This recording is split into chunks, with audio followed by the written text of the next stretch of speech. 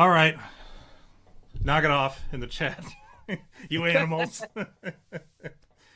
All right. Let me know if you guys can hear us. V, you want to give a little test just to make sure? Like to Yeah, yeah. Testing, testing, testicles, testes, testicles, testicules. testicles, Yeah.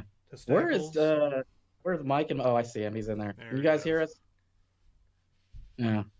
Nobody's saying nothing, so who knows? Who knows? Maybe. Well, we'll find out.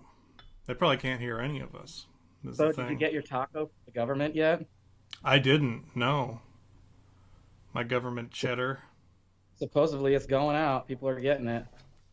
That's what they So say. Um, that'll be nice. yeah, 600 bones. Yeah. Like 600 big. my our McConnell bucks is what we should call Yeah. them. Yeah. I like calling it the taco. So did you get your taco? Well, these motherfuckers, right? Um, I was so mad at Mitch McConnell the other day. No, because so here's the thing. Here's my take on um, the whole stimulus package, right? Hmm. Um, the stimulus package, right? Yeah. Oh, Yeah. so the Good goal is just one. to be as offensive as possible for this final episode. So the stimulus package, Yeah. spraying $600 all over myself. Um, my take on it is I would rather not get it at all if that were an option, but I would also rather that nobody gets it at all, like the entire world doesn't get our stimulus package because they do as part of this whole bullshit.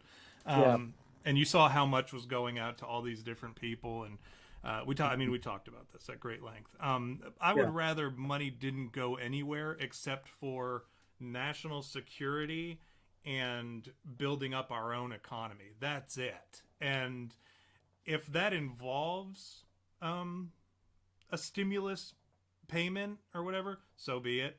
I'll take it, but because I'm not going to tell people no, don't send me money if they're going to send it out anyways.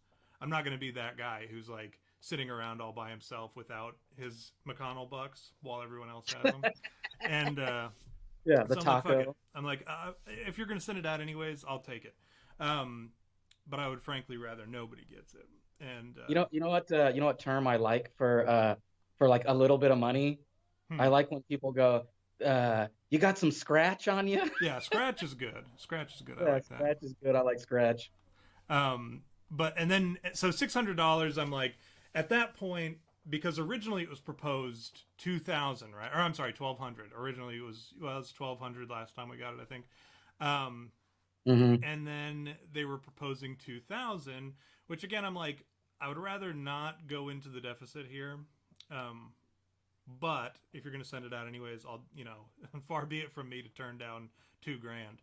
Um, but then they drop it down to 600, right? And we were furious about that. And then Hmm.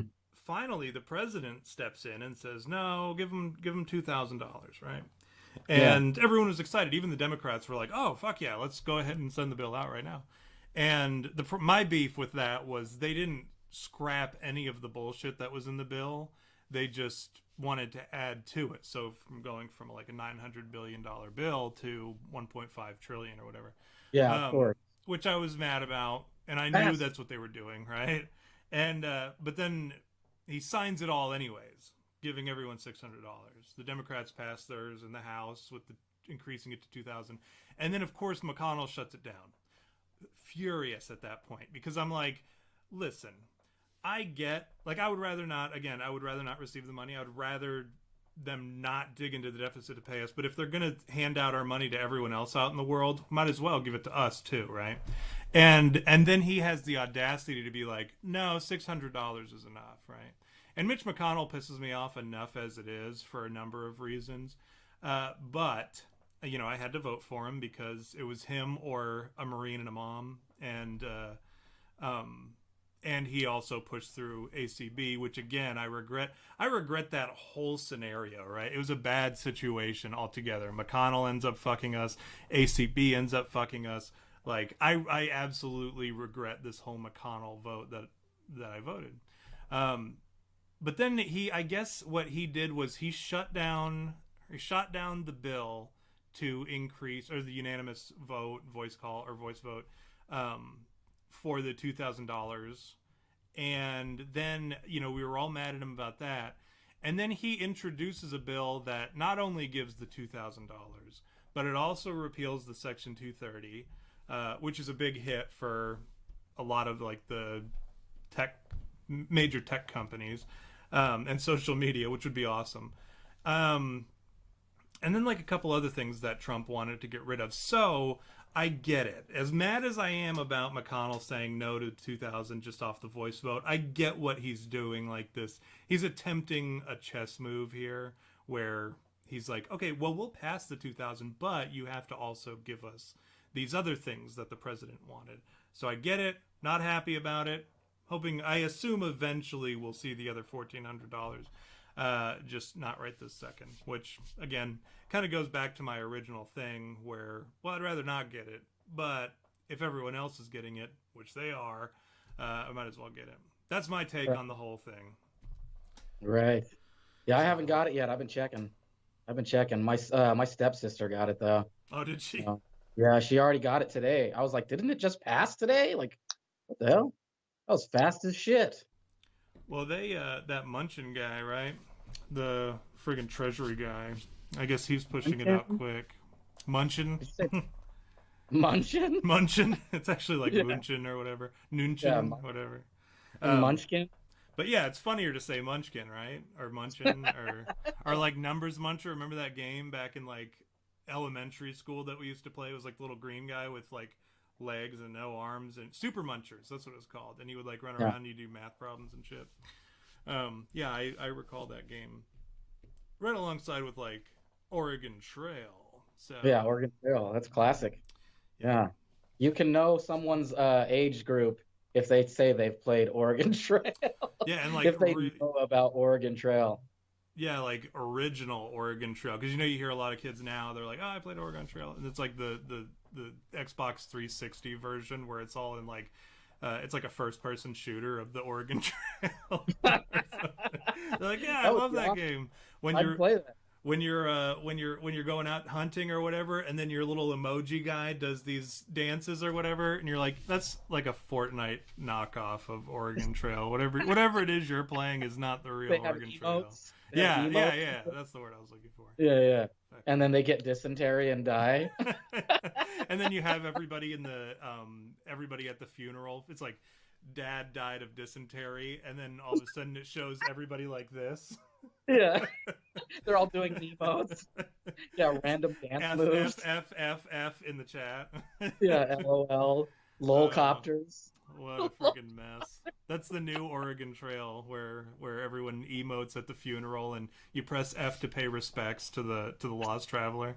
But one of my favorite Oregon Trail memories is, and this puts James in that category, right? Because I used to play it on my home computer. I think my mom got it because my mom was in teaching. Well, she still is in teaching. She's a teacher. But back then she would get these educational games, and one of them was Oregon Trail. And I mean, this is back, it wasn't even that long ago, and it was a good ways after Oregon Trail was in its like peak. This would have been like 99, 2000, somewhere around there. Pre Towers Day, right? Pre Towers Days. Yeah. We like the birth of Christ is like the change from BC to AD. The downing of the towers is our new way of measuring time and major groups. BT before towers. BT and AT. It's just AQ, Al Qaeda. BT and AQ. The age in the Anno Domini, the age of, or the what is it? The year of our Lord. That this would be the year of our Al Qaeda, Anno Al Qaeda. Tasteless. This is some tasteless discourse here. Anyways, so tasteless within 15 minutes of the show. We're already laughing about 9/11. What a horrible! Come on, you can't laugh about 9/11. You wouldn't laugh about 9/11 is what our little things should say on the side of our picture, or the side of our pictures. But we used to play. I would play Oregon Trail, and I guess James had gotten it at one point, or he had gotten into it. And he was younger. He was not even 10 yet, I don't think. He would have been 6 years younger than me, so he would have probably been about 10.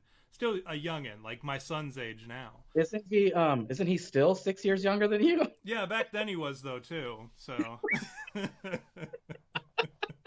you know, it's like time dilation, right? In space, where like Yeah. Now I'm he's just a older little than bit you. faster than he is, so I'm closer to the speed of light. So therefore, I age slower, and actually, it's slowed down a bit. We are now only 4.5 years difference. Um, Yeah. he's Yeah, older that's than me, as it were. As a goof, I decide to go into space and travel at the speed of light for a year, just to fuck with him and come back, and he's in his 70s, and I'm like, haha, I'm still 35. yeah. Um, but That's the ultimate one up. that's how you get him. That's how you really Uh, mess with people. you do it all just to spite them, Just yeah, just just to as a come back and goof. be like, look at you. Just as a big goof, you're like, ha ha, now you're almost a century older than I am, you bastard. And you're dead. F in the chat. Yeah, with James the, has died yeah, of just random old dance age. move on their grave. James has died of old age. F in the chat. I love that you did the callback to Oregon Trail because that's exactly what would happen. That's how I would do it. But yeah, so he was playing Oregon Trail at one point, and he must have played several rounds.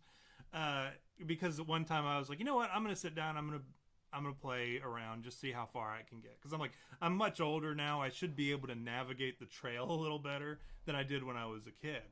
And I hop on and I make it just not even very far. Like I get like maybe a couple minutes into the game, and all of a sudden I come across a tombstone. And if you recall, on Oregon Trail you could leave epitaphs on your tombstones as like messages to future travelers. And like within the first few minutes I find one, and it's from James's party, and he had written like this message, like he actually thought somebody who was taking the trail was going to read it. Like he wrote it said James's travel family died here or whatever. This is as far as they made it. But then it's like, oh well, to anybody who is traveling the trail, the road is rough, the path is rocky. Don't drink the water. Right, like it was a very heartfelt message that he left to the future travelers. And then I get a few minutes further, and there's another one, and I mean, like, as I'm going, there's several tombstones that James had left for future He travelers. didn't make it very far. No, not at all. And like all my people are still healthy. We're still stocked up. All the oxen are fine. All my shit is fine. I didn't lose anything. And this dude has already died like 7 or 8 times throughout the trail. I'm like, is this his first time playing? Oh, his first 7 or 8 times playing. But yeah, that's one of my favorite memories about Oregon Trail. I used to fuck with James all the time in video games. Speaking of, I'll tell you my Animal Crossing story real quick, and I know you've got some stuff that you want to talk about. So I do want to just tell the story of GameCube or GameCube Animal Crossing, right? I don't remember what it was called back then. It might have just been called Animal Crossing, but you could. As you know, if you play the current one, or if you've played the older ones, as you talk to the villagers, they'll eventually ask you, like, well, I sure say such and such a lot, or buddy, or pal, or whatever. I say these things quite a bit. Do you think that there's like another word maybe you'd rather I say, or that would be cooler that I say? Or whatever? No. And so one of them, because Don't tell me you can input it. I did what? Can you input whatever word? You can. No. So you can change it, and like a lot of people, I guess, would change it to, I don't know, the person's actual name, or like a nickname that maybe their mom calls them, or whatever cute thing that people do. But Yeah. James also played on the island, and the way it was set up on the GameCube one is, there were like 4 houses, so you could have 4 different accounts on one island. And so he had his own account on the island, and one of the houses was his. So we encountered the same villagers, and we had the same layout, and everything was the same. And you could manipulate the island in such a way that the other user would see it the way that you changed it. And so I bumped into one of the villagers, and they finally said, it was one of the villagers that James, again, like I said, he was young. He was probably about 10 years old at the time. So he was playing, and it was like his friend on the game, right? He was like very particular to this one character. He enjoyed this one's company. He's like, hey, stop being mean to Gretel or whatever the friggin' animal's name was. But so I went down and I bumped into that one, and it said, hey, I sure say cool kid a lot or whatever. What should I say instead? And I changed it to man hugger. And so James, like, and this is a few days later, James hops on all excited to play and check on his orchard with his fruits and pay off his house and shit. And he walks over to this dude's house and he's talking to him, and it says, hey, what's up, man hugger? Haven't seen you in a while. and the way our room was set up was, well, it was our computer room. I was on the computer, and then behind me and against the other wall was the TV with the GameCube set up on it. And I can see in the reflection of the TV that I had, James watching the game, and I see him walk down to that character, and then he stops, and as I hear the gibberish talking of the animal, I realize that that's who he's talking to. And I kind of look over my shoulder as he's, sitting there, and it's on the screen that says, hey, what's up, man hugger? Haven't seen you in a while. And it just sits there for the longest time. And James doesn't make a sound. He's just sitting there staring at the screen. Finally, he turns around, and I see what he's looking at. So I'm like holding in the hardest laugh possible. And I'm sure he could hear the like trying to hold it in. But finally he turns around and he goes, did you? I just blow out the loudest laugh I've ever laughed, I think, in my life. And he was furious because then he had to wait for another opportunity to roll around to change what his guy said. He was stuck with man hugger for a while. He'd be like, hey, thanks, man hugger. What's up, man hugger? How's it going, man hugger? Like every single time he'd go and talk to his best friend in the game. So what did you have? What'd you have there, V? I know you wanted to talk about some stuff. Yeah, well, I kind of wanted to chill early today because I had some ideas about some things. So I just want to tell everybody in the chat that I don't know if you guys saw my last post for the show this week, and there's some art of Tom and I. Well, that art is for a show that we've been working on for a while, that we have scripts and some art and like a little bit of stuff. We actually have like 13 episodes outlined, right? We've got like 13, a few that are already like written. Yeah. Yep. And so we have this show ready to go to like start going into production on the pitch Bible. But we need artists. And so if you guys know any artists or are an artist, shoot me a DM on my LinkedIn or my Twitter. And friggin' we can work something out. I know this is like probably what you don't want to hear, but we don't have the money to pay you, but you'll be entitled to like stock. So if you work with us on the project, you'll get you could become a part of the company and be like a shareholder. So if you are interested in that, shoot me a DM or add me on LinkedIn and let's chat because I'm ready to like go into production on this and start doing some stuff. Yeah, that's really it as far as that goes. What do you have to say about that? Do you concur?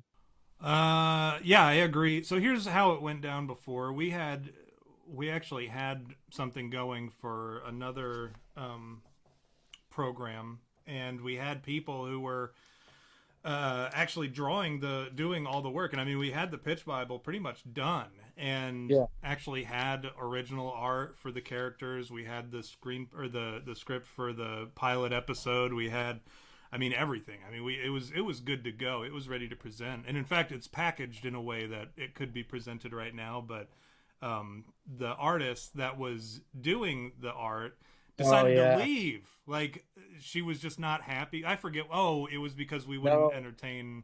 No, her boyfriend broke up with her and she quit. She couldn't handle working with us anymore. Yeah. Because she needed to like figure her life out. So my art director just quit. That was when we were working on the pitch Bible for my anime, which we had planned to pitch to Netflix.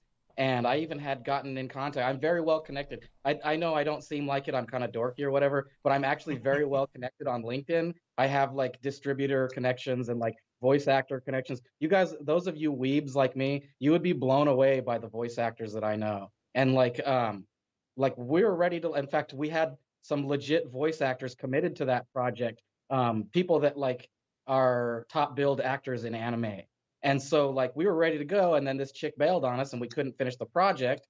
And then we had an issue where we thought we found funding, and that was all weird or whatever, so that didn't go through. So my anime is in hiatus, but I'd really like to start working on the show that Tom and I are working on, because we can do it together. That'll add more people to the group. So again, if you're interested in that, shoot me a DM, or add me on LinkedIn or Twitter, and we can talk. So if you're watching, you know what I mean? But yeah, that's my shill. I wanted to shill early, you know. Yeah, so the show, did you want to talk about what the show is even about so that people kind of know what they'd be getting into? Can you do like a log line or whatever? Yeah, well, why don't you? I don't want to give away anything that would encroach or step on like what you wanted to keep secret. You know what I'm saying? No, there's nothing. There's nothing like that. So the whole concept, it's basically copyrighted because we have it emailed to each other, so we can share details with it. We're creators, so we can share details with people. We can do whatever we want. Yeah, we do it.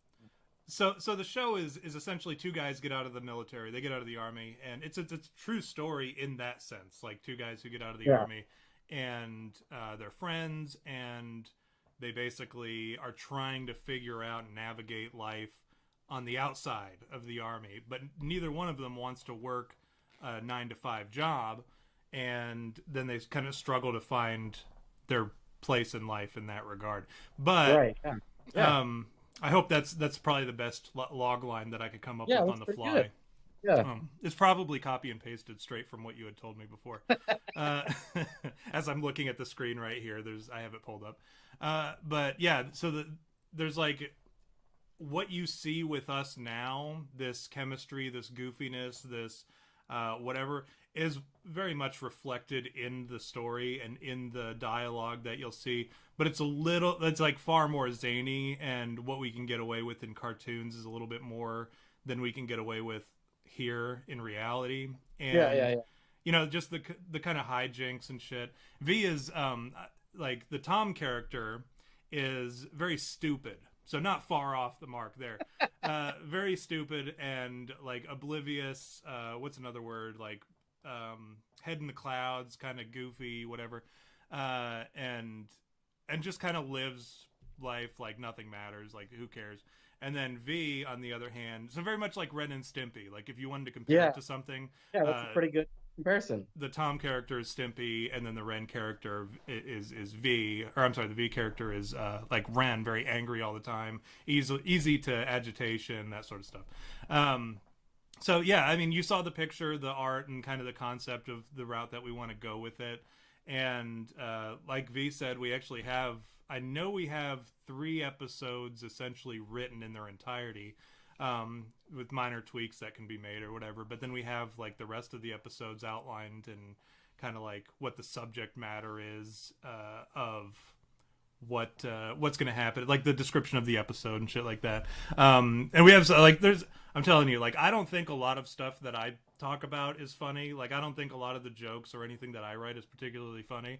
But I think that this story is actually very funny, and some of the stuff that we've come up with for the series is very, very funny. The dialogue is crude, disgusting, vile. You know, like what my favorite episode is so far that we have yet to write, but like is going to be so good. The James Dean Tobacco Festival. Yeah, that one's going to be so good. Where we have Kid Rock show up. We're going to try to get Kid Rock for that episode. Yeah, so and the thing is, he does cartoons. He does cartoon acting. He has in the past. But yeah, he's like the star of the James Dean Tobacco Festival, which is kind of like just like a musical festival with all sorts of tobacco companies that try to sell their shit in the tents or whatever. Like if you've ever been to like a big festival where they've got, you know, all the tents with the different sponsors and shit, but it's all tobacco stuff. Everyone's smoking cigars. And then what was it? It was like the commander in what was it? I don't remember. I'm telling you, like if you think like we're funny here, at least a little bit, like imagine us way zanier and kind of like without any kind of limitations as to what we can and cannot say. That's kind of what the show is about. And then, you know, and then the hardships of, you know, suffering from PTSD and like other mental disorders that come with serving in the military for extended periods of time. But that's kind of like the sub context of the show that is constantly dealt with. So But yeah, that's our pitch. So if any of you Netflix producers are out there watching right now or whatever, I'm on LinkedIn. So are we ready to transition to the? Are we ready to transition then to the new? Yeah, make make thing? sure you address the guys and take your shot and all that. Oh yeah. Thank you for reminding me because Mike would have totally had my ass. Even our titles below our names are still the Flat Earth one. Didn't we do a show already after the Flat Earth one? Didn't we or not? No, that was last week. Was it? Yeah, it was. Shows you where I'm at. Jamis said that we're not funny ever. He said, I don't think you guys are funny ever. Speaking of, Jamis will be with us at... Oh, that's the other thing. Next week, we're going to be doing our show from Washington, D.C., where we will be at that protest, hopefully riot. We'll see how things go. I don't want to put any label on it, but definitely hoping it turns into a riot. But for January 6th, there's supposed to be a protest at the Capitol regarding the reading of the contested results from all the states that have flagrant voter fraud has been presented and discovered and all that shit. Avery Whitman says, I'm just here for the cringe. Appreciate that. But then we're also going to do some video stuff there while we're there. So like that won't necessarily be on the episode that we do. That'll be its own separate thing. I believe James is actually bringing a camera so that he can record our antics while we're there. And we're actually going to bring signs and hold up funny signs and shit. Like V's, I think I was going to have his say, Michelle Obama is a transgender icon. And then mine would say Hunter Biden smoked all my crack. Just stuff like that. And we're going to try to get on as many news channels as we possibly can. And if the opportunity presents itself where we can interview, that would be fantastic too, because, I'll be wearing my You Had Me at Bigfoot shirt and, my MAGA hat and all that shit. So it'd be very funny. I noticed that Jameis had to retract his statement, and that was wise because I'm the one that's picking him up on the way to D.C. I'll just leave him in the mountains of Wisconsin somewhere. Mountains there aren't any in Wisconsin. It's in the grassy plains. In the lake of Wisconsin. I'll leave him in Lake Huron or something. That's not even attached to Wisconsin, is it? It's not. Mm-mm. Well, I'll leave him somewhere. I'll leave your ass. leave him in Illinois. Nothing's in Illinois or I'll Indiana. Just drop off like I did to that chick. Remember I left that chick in San Antonio? Oh, yeah. I just left her ass. Yeah. That's pretty good. Is that the one? Yeah, I'll do that to you, Jameis. I'll leave your ass somewhere random. Who's the one that you left, like, the VA thing? Like, you were supposed to go to some VA thing? Did she leave you or you left her? No, I left this. Okay, the chick that I'm talking about, I went on leave with after Afghanistan. I remember that. When I bought the Camaro, and she let me drive. I let her drive the Camaro, and it had the top down the whole time. We were in Texas, and I got super sunburned, like crab sunburned. Like I woke up and I was like, "Oh, what the heck happened?" Like I'm all red and like beat like red, and she's just driving like crazy. And I was like, "Pull over!" I like yelled at her. And then I finally just got fed up, and I like left her. I dropped her off at a hotel, and I was like, "You know how to get back." And then peeled out, like burned out. Yeah. You'll figure it out. You're a soldier. You're a woman soldier, a strong, independent woman soldier. Yeah. I don't know what was proud of that. But... What was the one? There was one I thought you told me about. You went with some chick to a VA function or something, and then either she left you or you left her or something. I don't know. You have a long history of like pulling these types of antics. Yeah, no, that's not something that I'm inconsistent with, that's for sure. But no, those are always funny stories to me when you leave people and you leave them high and dry, or when you get stranded places because you're too drunk to drive. Those are some of my favorite stories. Yeah. So are we ready to transition here? Like the great Michelle Obama, are we ready to transition to? Did you take your shot? Oh, I didn't. Dang it! And I didn't even address the guys. You're blowing it, dude. Jeez Louise. Yeah. But yeah, so welcome to the chat. As always, VS, Never Trust an Elf, welcome back. I know they really like threw this out there. They're like, I forgot you even existed. Like, wait, appreciate that. Thank you. Thanks for coming back at least, you know. Avery Whitman, Jay Coop, Mike in Manitoba, Jugs, Jadogi. It's hard to tell with the G whether it's a soft G or a hard G. Well, and then isn't a judo-gi the uniform that you wear during judo? Maybe judogi. Yeah, I'm pretty sure. Okay, well then we'll go with that.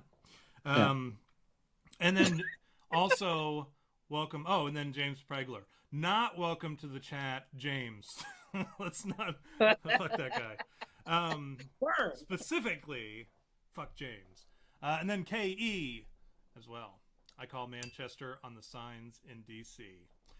What are we toasting to? Oh no!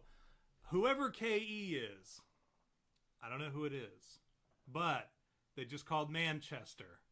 And if you don't know what Manchester is, it's a game where if somebody makes a claim that they're going to do something, and usually it's a radical claim like, I'm going to beat his ass, or, you know, I swear to God, next time I see so-and-so, I'm going to slap him in the mouth so hard. And then if you say Manchester, then they have to do it, right? Or you get to hit them in the chest with a phone book, right? Oh my God. And we used to play this KE. I feel like that's, if it's Kyle, okay. All right. Yeah. Yeah, I know who it is. And we used to play this in our recruiting station in Green Bay. We used to play Manchester all the time, and I took so many fucking phone books because I have a mouth like mine. Like I'm always running my mouth. Yeah. So yeah, I took many phone books for that, and now we have to do the signs because he called. Well, somebody's got to come up with something. Otherwise, I'm just gonna go with your standard show your tits. Yeah. Well, we've got 4 of us are going, so we can have 4 signs. So somebody come up with. We need 2 more signs. Otherwise, V's gonna have to do show us your tits. And to answer VS's question, did they even make phone books anymore? They do, and we had a very thick one. We had a very thick phone book.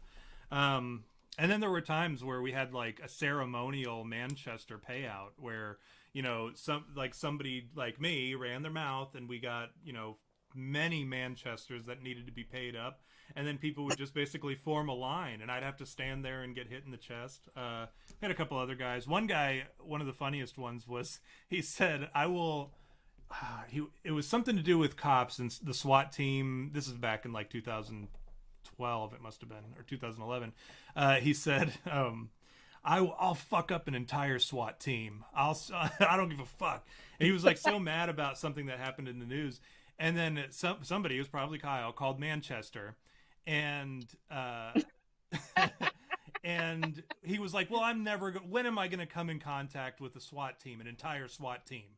And it just so happened that week we had our annual training conference in, I forget where it was, somewhere near Fort, whatever the fort name, or like Sparta, Wisconsin, whatever that base is up there.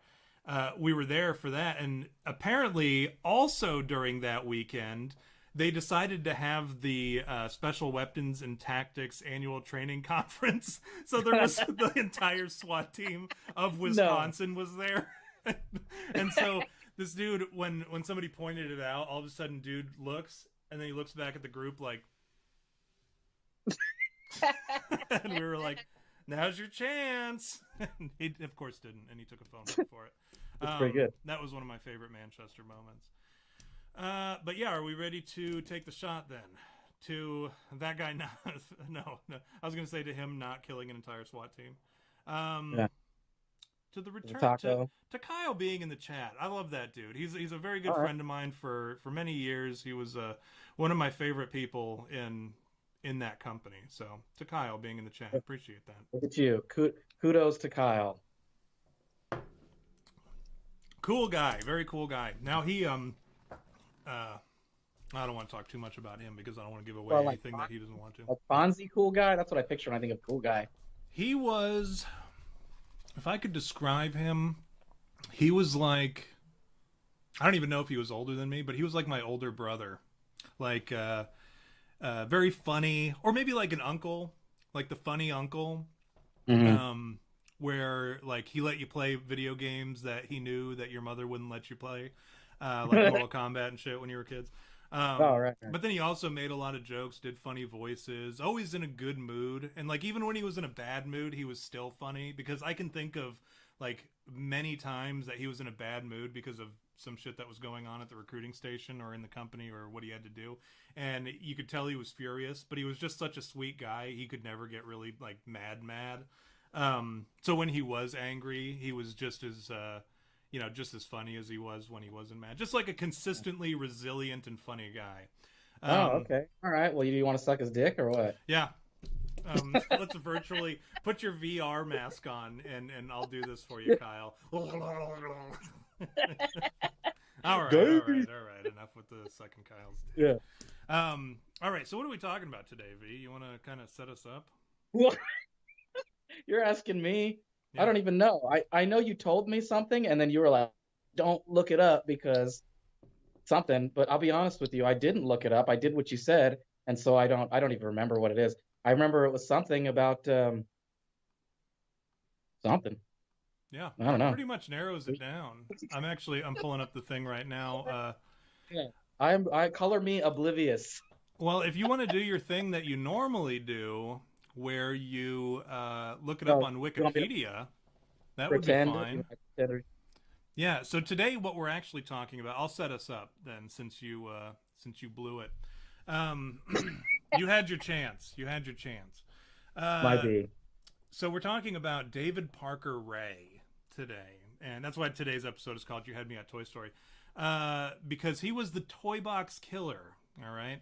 And if you don't remember the Toy Box Killer, like most of these true crime guys or whatever, they're from like back in the 70s, 80s, that time frame. That was like a big time for serial killers and you know who this guy looks like? Do you have a picture of this guy? You know who he looks like? As a matter of fact, I do have a picture of him if anyone wants to see him. David Parker Ray. Hot trim abductor. Yeah, he was the Toy Box Killer. And with a haircut like that, I could see how he was able to get close enough to the women that he abducted. But yeah, so this dude, this is from like 1999. So it's not that long ago for like, especially those of us in the chat. We remember 1999. Remember that time frame. Yeah. I don't remember this whole story. Right. I don't remember it happening. And I would have been in high school at the time. V, yeah, that was my you would have been. That was my senior year. Yeah, senior year in high school was 99. So you would have thought that this was a big story. Like I told you when we were talking, I said it sounds like a national tragedy, but in reality, it must have been a regional tragedy actually, because we didn't really hear about it where I was. And I mean, I was in the north at the time, but this happened down in New Mexico, I believe. Truth and Consequences, New Mexico. Mm-hmm. Arizona and New Mexico. Yeah. So do you want to do the? Looks like for real though. Huh? Do you remember Wilfred Brimley? Yeah. The diabetes. Diabetes. This is him before he had diabetes. Diabetes. Type 2 adult onset diabetes. Diabetes. I used to love eating apple pies. I could eat apple pies all day. Fucking Wilfred Brimley. Yeah. I saw him in something recently, and I didn't realize that he was an actual actor. I thought he was just a diabetes guy. Yeah, he's on Seinfeld. Yeah, he's apparently a big guy. Well, literally a big guy. But V, do you want to go ahead and do your, as Jadogi said, do the wiki quickie? Yeah, I got you. I'll pretend that I'm not reading, but I'll actually be reading, even though you guys can see me now, so you'll know that I'm reading. Let me just put it a little. David Parker Ray, born November 6, 1939, and died May 28, 2002, also known as the Toy Box Killer, was an American kidnapper, torturer, rapist, and suspected killer. So he's got the hat trick here, man. Hot trim abductor, yeah. That pretty much narrows it down. He's got them all. He's a seasoned veteran. Though no bodies were found, he was accused by his accomplices of killing several people and suspected by the police to have murdered as many as 60 women from Arizona and New Mexico while living in, get this, Elephant Butte. That's an actual city in New Mexico. Elephant Butte. Yeah, Elephant Butt is basically what it is. Approximately 7 miles north of Truth or Consequences. That's a city too. Truth or Consequences. Isn't that ironic? This all sounds fake. Like, oh, he lived in Elephant Butt, and which is close to Truth or Consequences. What are you talking about? Like, it all sounds fake. This gets pretty interesting here. Check this out.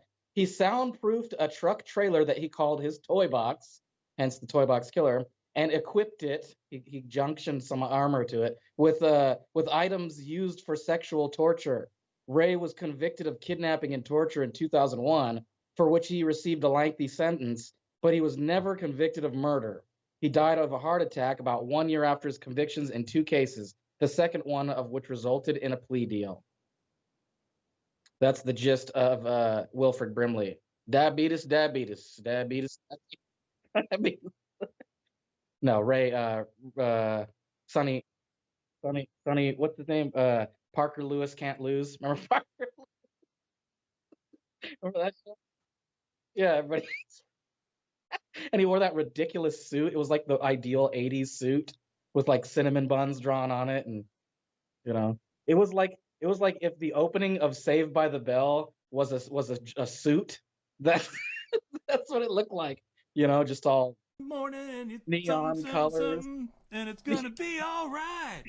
Neon colors and triangles and circles on a suit. It's just ridiculous. It looks like the original Trapper Keeper. Yeah. We're not even talking about the thing anymore. We're not even talking about this guy anymore. So what the heck did he do? Like, so I'm gonna try to keep up as you're talking. Like, I've got pictures here.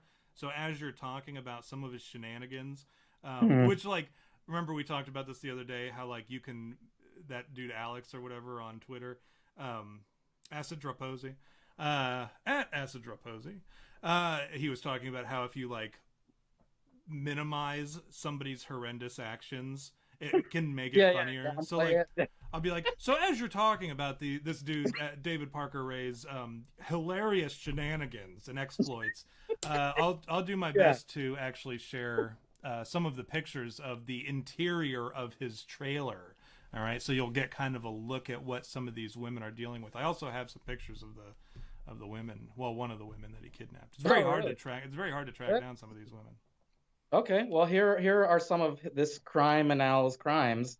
It says, Ray sexually tortured and presumably killed his victims using whips, chains, pulleys, straps, clamps, leg spreader bars, surgical blades, and saws. Wow, this dude was basically Dexter, huh?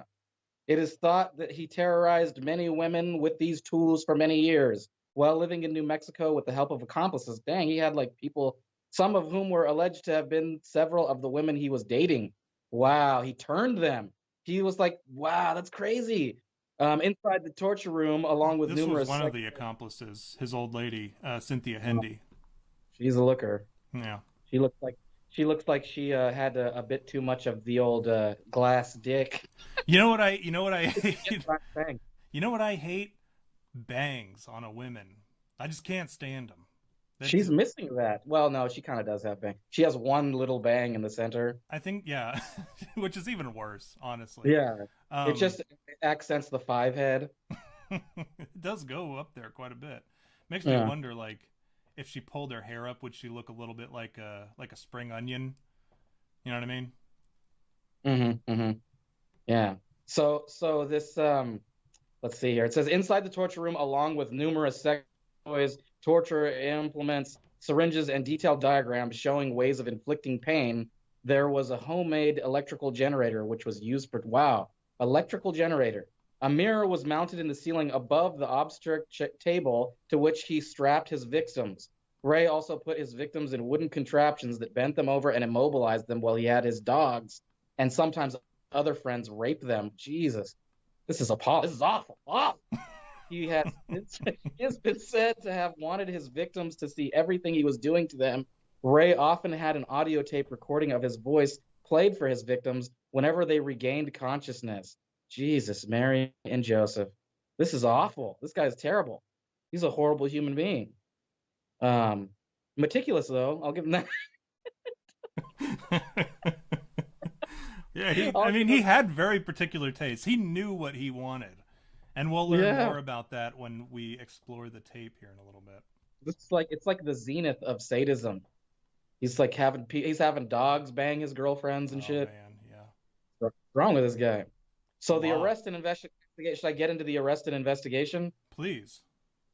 Okay, all right. Okay, here we go. It says Ray posed as an undercover police officer, and what the fuck? Posed as an undercover police officer? Yeah, talk about bold. Like very, very bold. You know what I mean? Like it's the cojones on this guy.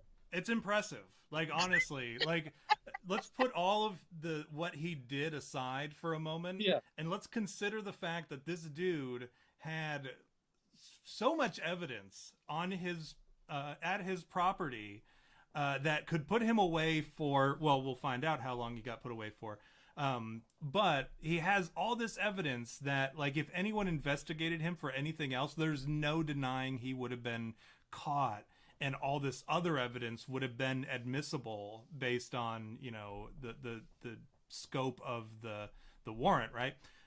He decides to pose as an undercover police officer, you know, which is not like posing as literally any other profession where, like, there's really no, like, you can pose as any other profession and not get in trouble, but as a police officer, there's a specific law about that, right? Yeah. So this dude is he's probably figured, well, I've got enough under my belt, so that's no big, you know what I mean? Yeah, this is just like a parking ticket to me. It says that he posed as an undercover police officer and approached Cynthia Vigil. I think that was the crack whore that we saw earlier in the park.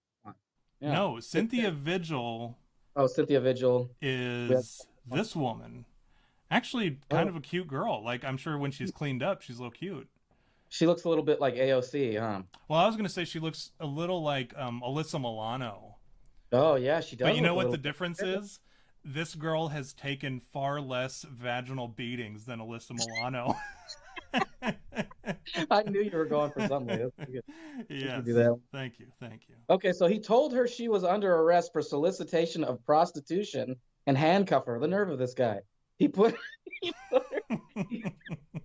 her in his trailer and took her to Elephant Butte. After 3 days of captivity, Vigil escaped from his trailer. So she pulled, what is that chick, Jodie Foster? Escaped from his trailer at Elephant Butte on March 22nd, 1999. To escape, this is where it gets good, right? This is the Jodie Foster scene from, what was that one, Lockdown? What was the movie where she was locked in her... Kiss the Girls? Or Along Came a Spider? Contact. Yeah, one of them. To escape, she waited until Ray had gone to work and then unlocked her chains. I wonder how she did that. Ray's accomplice, Cindy Hendy, had left the keys on the nearby table before going to another room when she participated in a telephone call. After Vigil got the keys, Hendy noticed Vigil's attempt to escape, and the fight ensued. Dang, she threw down mighty. During the struggle, Hendy broke a lamp on the survivor's head, but Vigil unlocked her chains and stabbed Hendy in the neck with an ice pick. Bitch! Hendy fell to the floor. Oh, no, she got Hendy. I thought it was the other way around. So she got her. She pulled a gangster move. It says Hendy fell to the floor and Vigil escaped. She fled while wearing only an iron slave collar and padlocked chains. She ran down the road seeking help, which she got from a nearby homeowner who took her in, comforted her, and called the police. Her escape led officials to the trailer and instigated the capture of Ray and his accomplices. Wow, that is insane. That's crazy how she got away. She pulled some gangster shit, dude. She did one of those moves that, like, if you're ever, you know, what do they tell us? You know, the first thing, if you're ever kidnapped in the army or you have to go prisoner of war, the first thing is try and escape. Yeah, well, that's the code of conduct you're talking about. Yeah, many of the steps of the code of conduct involve trying to escape and subvert or, like, you know, fuck with your kidnappers. Yeah, she did, and that was impressive. Make a knife out of the paper that they give you for writing your notes. Let's be honest, right? Yeah. This girl, she was a hooker, right? Yeah. And many hookers have been in situations where they've been imprisoned, unlawfully imprisoned by some kind of weirdo. And have learned how to navigate and get away from weirdos. So this girl, she's essentially is whores know their way around an ice pick. Oh yeah, no doubt. Where she was storing it, is not a surprise to me either. Like, I wouldn't question. But then also, like, you look around the room, and I shared some of the pictures as you were talking of the room, the sex room, which is far more like, it's far less glamorous than what you would think when you hear the word fun dungeon. You mean the fun dungeon? Yeah, it's far less glamorous than what you would think when you hear toy box or toy room or fun dungeon or sex dungeon. Or, you know, like, you think it would be nice, and then you look at that and it looks like a hospital room. Like, it looks like 8 hospital rooms put into one room. You know what I mean? Right. And then a bunch of occult shit as well, like the dolls and the candles and shit. How bizarre. Yeah, odd situation all around. Certainly strange, for sure. You know what I would... that ever happened to me? If I was handy, if that happened to me and like all that stuff afterwards, like I escaped, you know what I'd do? I would kill that guy. I would find him and just like murder him. Like, forget like law, you know, like after all that, like, you're dehumanized. Like you're entitled to killing that person, I think. Well, I would agree. That would be my argument in court when I get, you know, premeditated murder. I would agree, but how many days did it say? And I'm not making a case for David Parker or whatever, or David Parker Ray or whatever his name is. I'm not making the case for him, but I will say this about the girl. How long did it say that she was in captivity? Does it say there? Do you remember? 3 days. 3 days. So, granted, there was probably some shenanigans that went down, some bad stuff that went down. She was definitely banged by a dog in between that. Well, we don't know that for sure. He probably walked up to her and was like, "You like dogs?" You like dogs?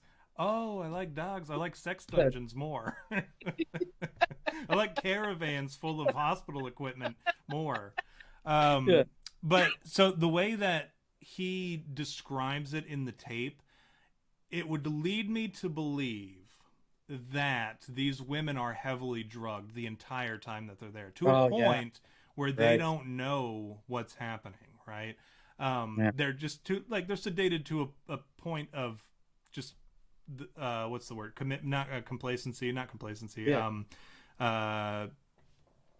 don't know, the word escapes me, but cooperation. There we go.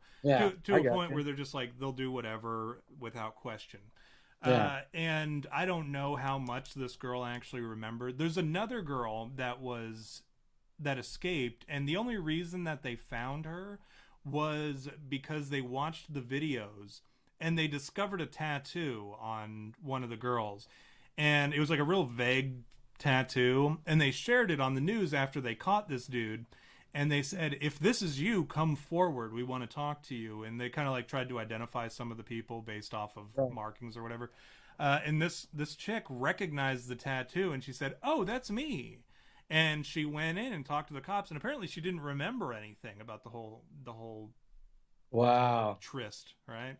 And the way he did it was, women... This is not something I suppose that they get into on the Wikipedia, but I'll tell you kind of how it went down for the chicks who were released. And many of them probably don't remember the whole thing. They just have days where they don't have any recollection of what happened during those days.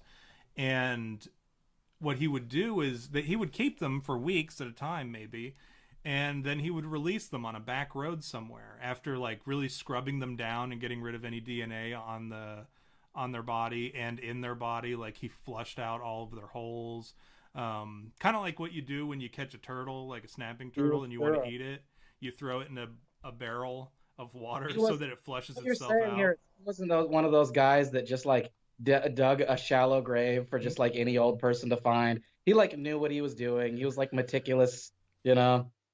He didn't just like do this all willy-nilly. No, he knew what he was doing, and he was, and this is the problem with the Toy Box Killer, right? One of many problems, but in investigating the Toy Box Killer, was he claims that he's had to kill people that he imprisoned before, because he recorded this tape in 1993, the orientation tape, right? Yeah, the orientation. Yeah, and we haven't talked about that, huh? No, we talked about the disorientation video? The disorientation. Yeah. The further disorientation, because surely they were at the point where they were when they woke up chained to a friggin' sex dungeon.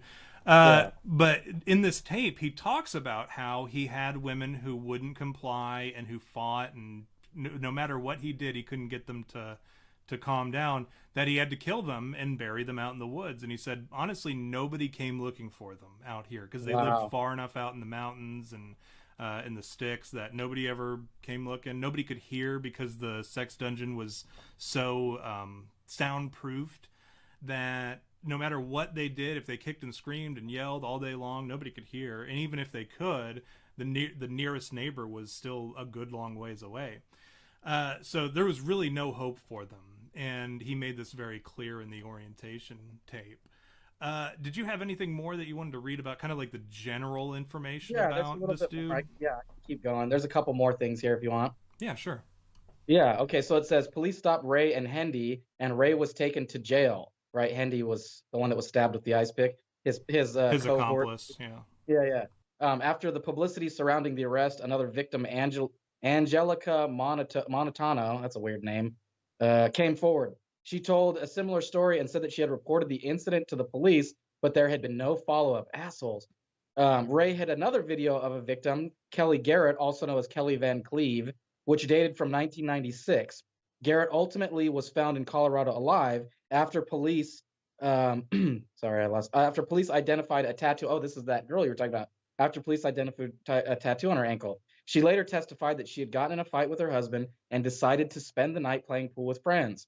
On July 24th, 1996, Ray's daughter, Jessie, who knew Garrett, this asshole had a daughter, who knew Garrett, took her to the Blue Water Saloon in Truth or Consequences and drugged the beer she was drinking. So this is what I'm gathering from this. This guy, Ray's whole family was in on this. He was like, he had a team of people doing this. Yeah. And drugged the beer she was drinking. Garrett had walked to the parking lot when she suffered a blow from behind, which knocked her unconscious. Ray took her to his trailer and attached a dog collar and leash to her neck. Man, this is horrible. During this time, Ray noticed that she was breathing and slashed her throat open. Thinking he had killed her, Ray dumped her beside the road near Caballo. That means horse in Spanish. I guess that's a city. She was later treated for her injuries at a local clinic. Neither her husband or police believed her story. Her husband believed she had been cheating on. Oh man, what an asshole! Her husband believed cheating on him the night she was attacked. He sued for divorce, and Garrett moved to Colorado. She was later interviewed on cold case files about the ordeal. There's 2 more paragraphs here, so I'll power through them. It says 2 other accomplices were uncovered by the investigation. Glenda Jean Jessie Ray, Ray's daughter, right?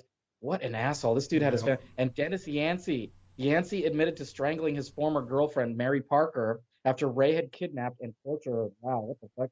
Yancey was convicted of second-degree murder and of a conspiracy to commit first-degree murder, as was sentenced to 15-year prison terms. After that murder, Ray allegedly admitted to having an accomplice named Billy Bowers. He had all these people in it. A previous business partner whom Ray also murdered. Jesus Christ, he's just killing everybody. This dude just was like, oh, all right, I'm done with you. He was tying up loose ends. Yeah. The FBI, these assholes, sent 100 agents to examine Ray's property and surroundings, but no identifiable human remains were found. To prevent women from reporting the crimes, Ray had drugged them with agents to induce amnesia. Oh, okay. He made a tape recording of himself telling one woman that the drugs were sodium pentothal, whatever. Isn't that the truth serum? I don't know. Phenobarbital. One woman remained uncertain that her recollections of the abuse were anything but nightmares until she was contacted by the FBI. After questioning, she came to remember her mistreatment in increasing detail. So she thought it was a dream. She thought it was all a dream. Can you imagine, what? I have nightmares all the time when I forget to take my pills. And for whatever reason, last night I took my pills and I still had crazy nightmares. Anyways, I guess the pills had worn off by that point. I slept a long time. I slept like 12 hours. Because that's the kind of piece of shit I am. I just sleep for 12 hours at a time. Yeah, I know. I don't. I have some pretty scary nightmares, but when I wake up, I'm never like, what the fuck is wrong with me? But these women, what's that feel? Yeah, they're having nightmares involving, and we're going to get into some of the things that he did to them based off of the recording. But these women had some nightmares. They thought they were having nightmares about getting raped by dogs and having gigantic dildos forced into them and being forced 3-4 times a day to pleasure a dude. Wow. What is wrong with a person that is their that's the sort of nightmares that they have. I don't know. It sounds like they probably, if they just dismissed it as such, like, oh, these are just nightmares, without seeking help, that sounds like they probably have other underlying issues that need to be addressed. But do you have, you have one? You have one more paragraph? Go ahead. No, that was it. That was the last. I mean, there's another thing about trials. Oh yeah, I heard about that. But that was it. That's the gist of the Wikipedia. What did he get? I mean, that's the gist of the knowledge that I have. I mean, not what punishment did he himself get? Did you talk about that? I don't think so. Hang on, let me see what it says here. Trials. It says he was taken to accomplice Ray. She was released 36 years. Ray received a sentence of 36 years for her. Oh, Hendy, accomplice, testified. Ray, that's what charged by Lenny's bro. It says in 2000, Cindy Hendy, an accomplice who with Ray, was sentenced to 36 years. So his wife, or whoever that bitch was, she got 36 years. On May 28th, Ray was taken to Leah Correctional Facility to be questioned by state police. He died of a heart attack before this guy pulled it off. Convenient. He pulled it off. He died of a heart attack. Or maybe it was the heart attack gun. Maybe the FBI just got rid of him. Yeah, maybe. They said, this guy is a menace. They pulled the punishment of him. Which we know exists, right? Gun. Yeah. Based on congressional testimony. Yeah, he ended up getting what is like, I think it's a 230 something for 2 counts, or for 2 women was all he was charged with, right?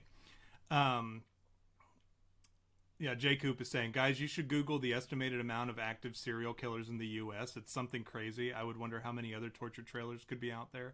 Be something to add to your nightmares. Just know that there's crazy people like this Parker Ray Lewis guy out there doing this crap, and it could potentially be you. There are men out there that will kidnap you and have dogs bang you. This is a thing that is real. This happens to people. It could happen to you. And so you know what's trying to saw toothpicks tonight. While you're out there trying to go to the bar late at night because your husband, here's a reason for you to be faithful to your husbands, right? Because you might end up in a sex trailer on a gynecological table. But he's right there. I remember watching that Mind Raper, right? When they do the whole thing with Ed Kemp, I think was his name. When he was talking, and they said, how many serial killers do you think there are out there? Because it was like a new thing at the time, like serial killing. Like, how many do you think there are? Like, how many people do you think there are like you out there? And he says, oh, I'd say about, and he says some astronomical number, huge number, where you're like, what? And I think it's true. And we've talked about this before, where you look at how much woodlands there are, how much how much space there is to bury somebody. Just throwing somebody over the boat after they're dead, like with something tied to them to sink them down in water where that's known to be shark infested. There's all sorts of things you can do to get rid of a body where nobody's ever going to find it. And alligators, because alligators actually there's no DNA found in alligator shit. So if you feed a dead body to alligators, then they'll never find out who it was. In pigs, I think is what you were saying just now. Pigs, it's another thing. So always be leery of somebody who owns a pig farm, right? This is our second Snatch reference for tonight. Yeah. And then, we're talking about trailers, the sex trailers.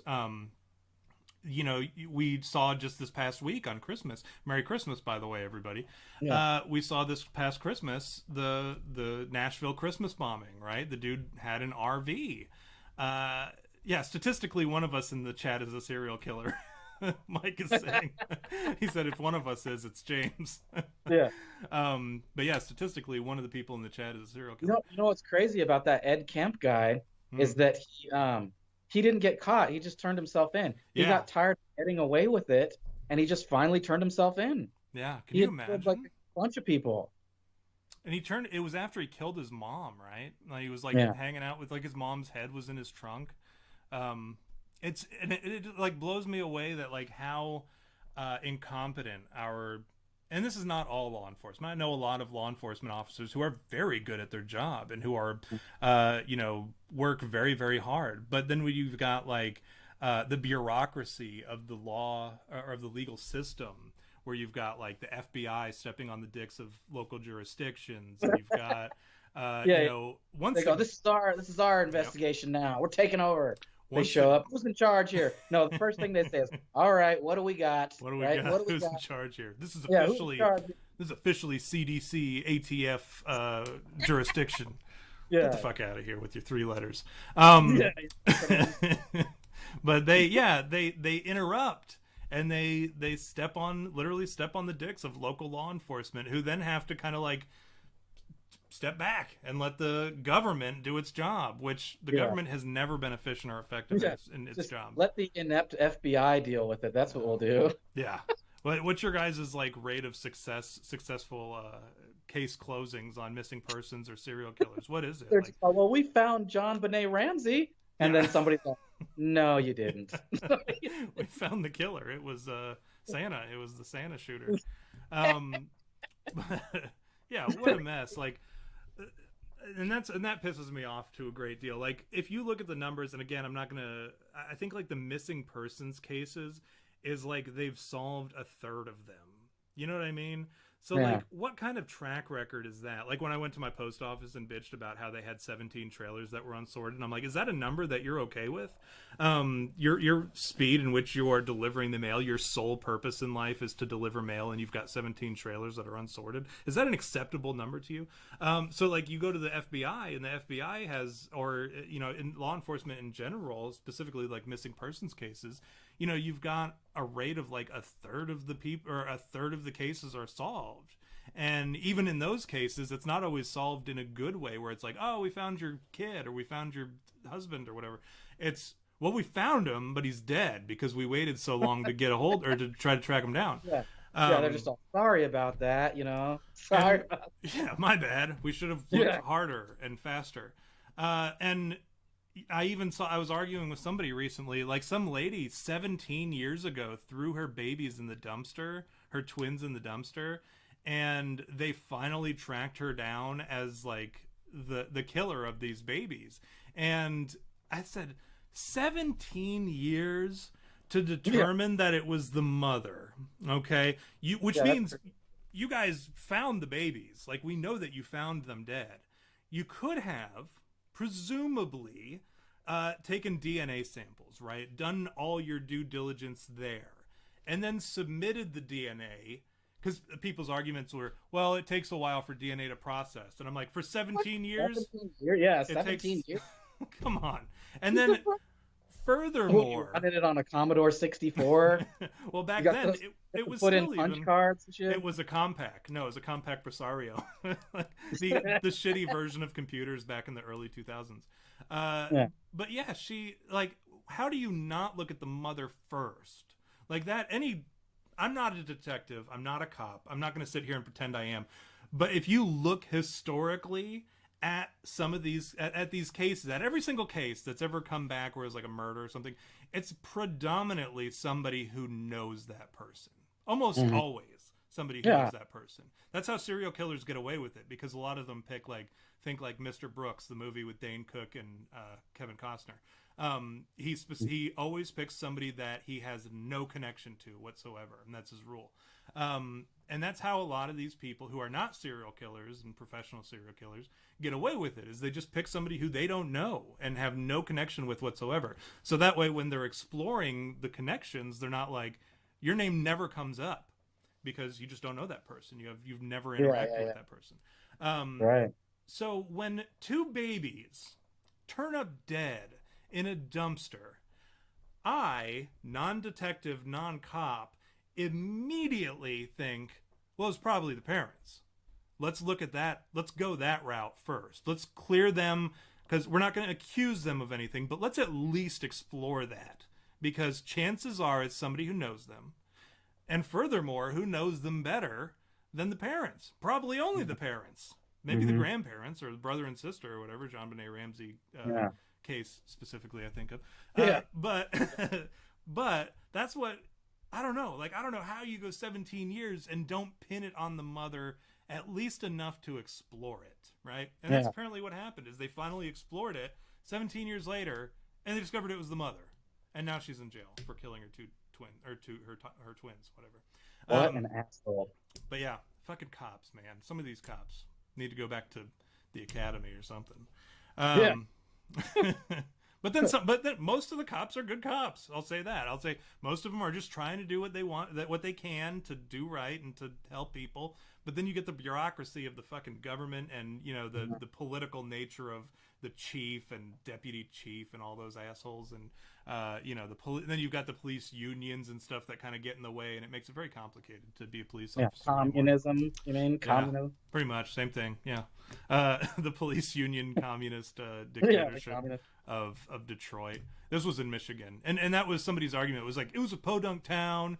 The nearest one was Lansing, Michigan. So they had to kind of wait in line to get their DNA tested. And I'm like, you're telling me that the chief of police or the sheriff or whoever was in charge of that particular case or any of the cops on that department couldn't schmooze a little the lab over in Lansing, the one that they interact with probably daily, and say, hey, real quick, can you just do me a solid and run this DNA for us? Like, we haven't asked for much. And they were like, well, probably there was other stuff that was prioritized. And I said, prioritized over a double homicide of babies? Like, is there anything that really prioritized? Well, probably rape. I was like, I gotta be honest, I would prioritize, and I think most people would prioritize a double homicide of 2 babies over a rape case, where rape, in many cases, unfortunately, is found out to not be real or have been greatly exaggerated or whatever. And that's not an attack on all women. It's just an attack on women who falsely accuse people of rape. We've seen it every fucking day for the last 4 years. But yeah, we see that. But you can't fake a double homicide of 2 babies. Anyways, that's what really grinds my gears. Yeah. But yeah, so that was weird situation there. V, what else you got on this toy box killer? You got anything? Well, that was it. That's all I know, man.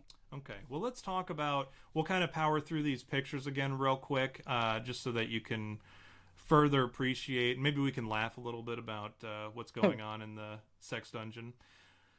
This is the actual sex dungeon, right? From the outside, doesn't look like much. Oh, that was the other thing I wanted to say was with this Christmas bombing.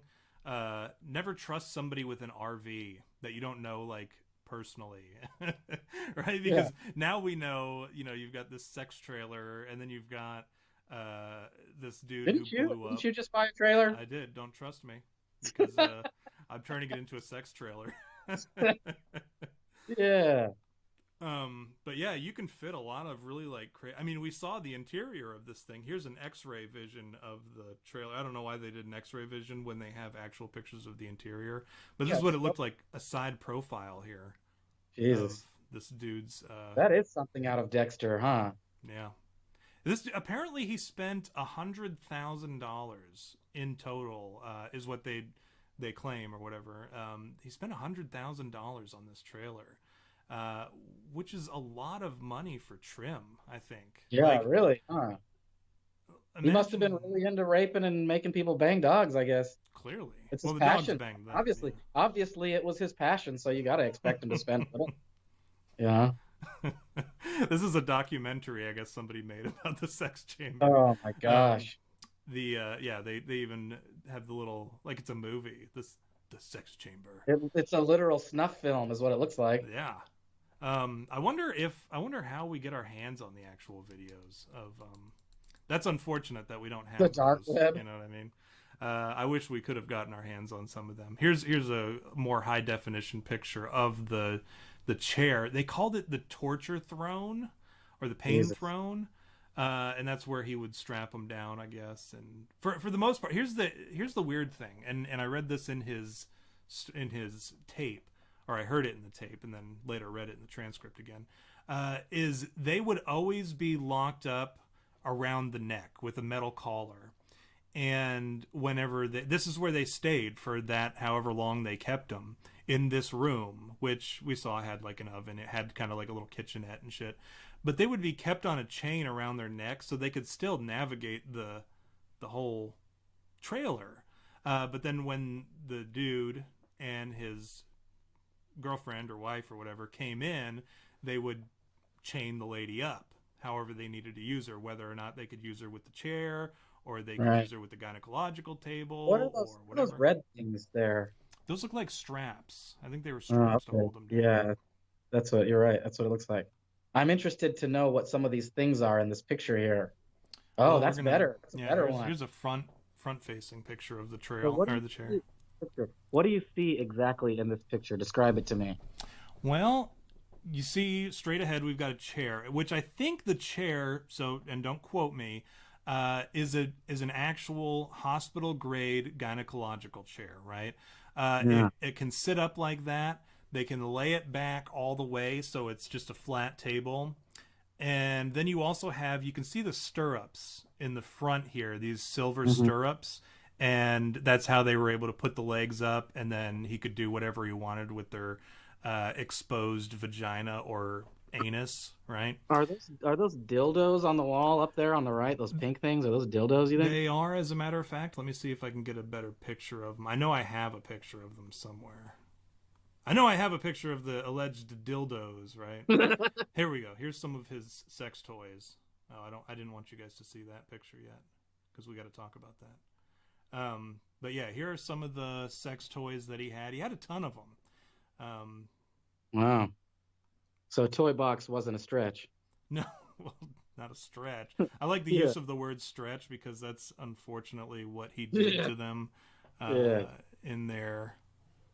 Oh, here's all the surgical equipment. It was he had like a surgical. What'd you say? Oh. I said, is that inappropriate? Totes inappropriate. Yeah, totes inappropriate. We shouldn't be joking with it. I like that candle. Yeah, it's pretty cool. It's weird. It like adds to the weirdness of it. Like if it was just like a tidy hospital room looking place, that would be one thing. But then when he starts adding stuff like this candle, and then he's got or this a light or whatever in the shape of a candle. And he's got baby oil. A lot of surgical stuff. A GameCube? Yeah, is it a GameCube over there on the right? No, it might be. No, it's only got three holes. So. Oh yeah, that's right. Like women, it's only got 3 holes. As David Parker Ray would say. That's not something that I would say. Here's some more attachments that he's got. It's good that you distinguish that. Yeah, you have to add the in Minecraft at the end of it. That was my in Minecraft moment. He's got the clamps here that you can attach to shock people, right? He has this silver battery clamp. He's got another one here.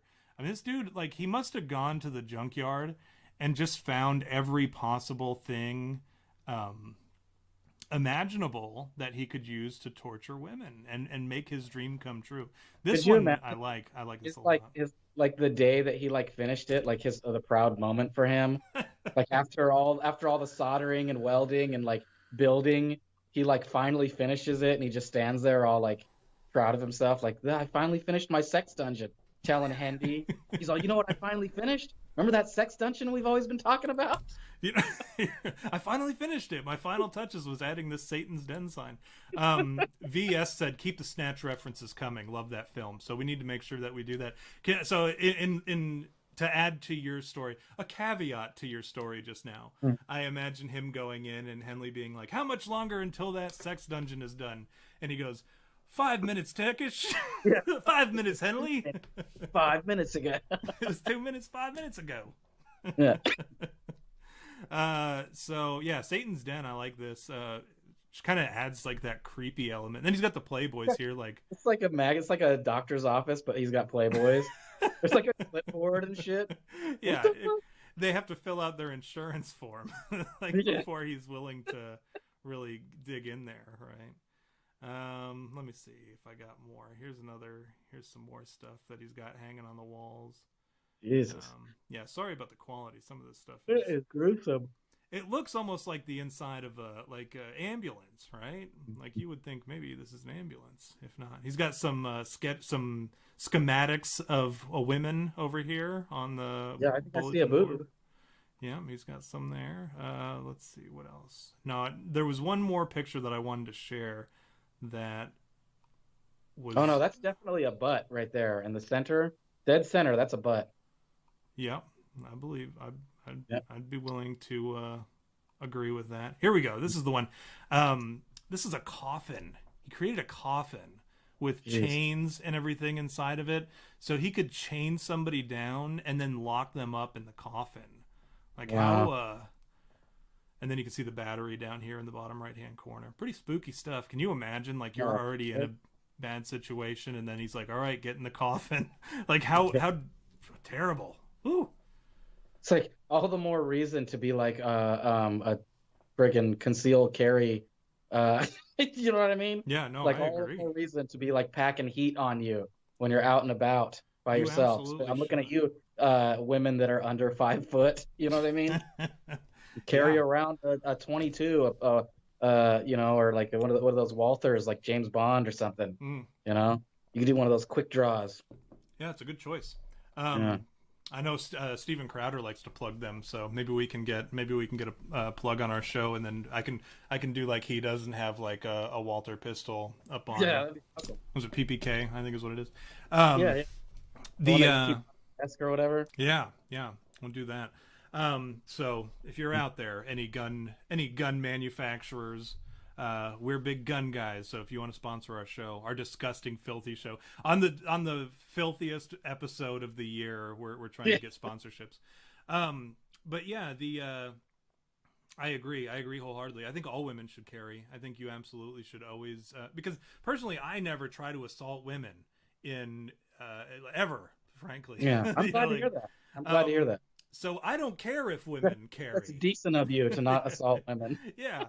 Well, you know, I'm just doing my part to not assault women, to allow women to continue to just coexist peacefully among men.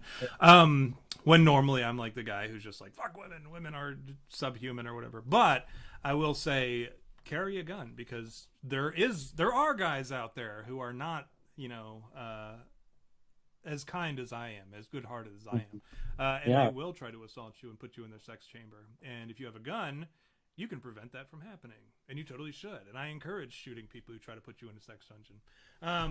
Rapists, murderers, robbers, burglars, everyone, they should all be shot.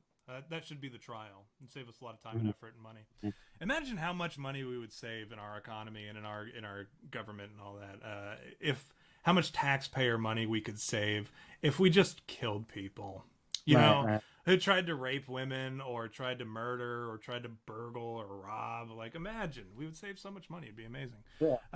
It'd be amazing. It'd be the best country ever. But yeah, that's all I had on the gun sponsorship. What else do you got, V? That what? I don't know. I'm like passing the show on to you completely. Yeah, I don't know. I just I mean, I don't know. To be honest, that's bizarre. It's so bizarre that it has so many ethical implications, like learning about this guy, because now it like, well, you know, I'm not a horror movie fan. I know you, that's where we clash. It's like you're a horror movie fan and I can't handle it. I can't watch horror movies because it, you know, it gives me nightmares, you know, so I won't watch horror movies. But like when you talk about stuff like this, it makes me go, well, those are out there. There are people out there like that, and you got to be careful. And you know, all I can think about now is like, man, I need to get a gun soon. Like, I need to get a gun soon, because if that happens, I don't want some Parker Lewis showing up telling me, you know, that I'm, you know, gonna get raped by a dog. Yeah, that'd be awful. Worst. Yeah, that sounds terrible. But yeah, that would not be good. God forbid I be raped in a sex dungeon. Yeah, no. What I do want to talk, we talked about, sound like a good time. Well, at least you'd be drugged, right? So you'd be okay. I want to talk about the tape, right? So we kind of addressed the tape a couple times. What would happen is these women, they would be drugged or knocked out and drugged and then chained up in the sex dungeon, the sex trailer, and the toy box, right? And let's call it a toy box. It makes it sound so much better. It's all down, right? They would have to listen to a tape when they woke up. Homeboy would start the tape rather than having to give this introduction every time that he kidnapped somebody. He would just give them an orientation tape. He would play it for them, and they would have to watch or listen.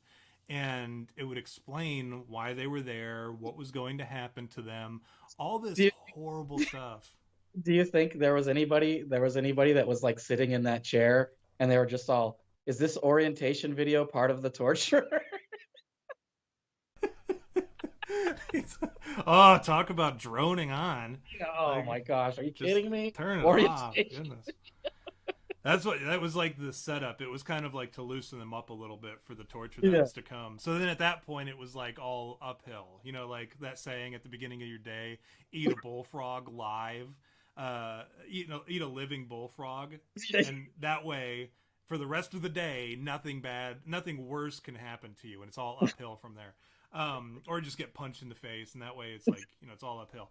The same thing. He plays this agonizing orientation video or audio or whatever it was. It's hard to discern, like, because some people say it's a video, some people say it's audio.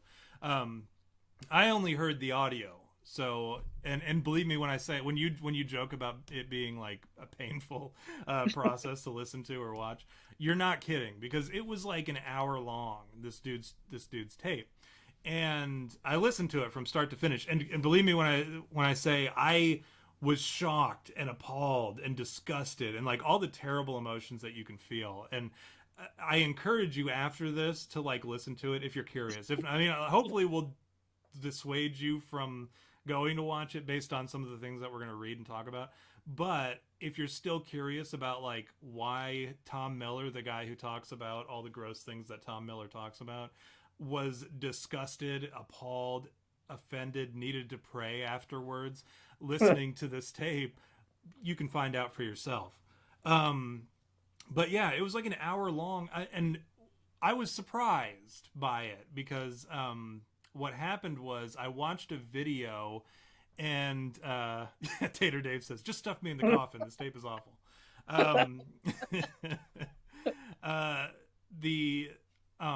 I was watching another video that was like, it's supposed to be a mockumentary, and I don't know how true it was, but it was a story about a guy who lives in South California, and he would trade meth for sex with just randos, like homeless people out in the community, which is a real thing, as V tells me. Yeah, that's a soft way to get laid. So this dude, he was a lawyer, and he was a partner at a law firm. And he left for, I think he did, I forget what he did, but he was basically in trouble, and he was asked to step down and leave the thing. And he had he had a lot of money left over from savings, and he sold his nice house and bought or rented an apartment or some shit. But then he goes and he buys meth and trades it for sex with homeless people. And turns out, like he says he never wears a rubber and all that shit. And so the guy asks him, the interviewer asks him, "Well, aren't you afraid of getting AIDS?" And he's like, "Well, I already got AIDS. Like, I got it a year and a half ago." And so he's been spreading AIDS amongst this meth community who didn't already have it, I assume. Major dick. Yeah.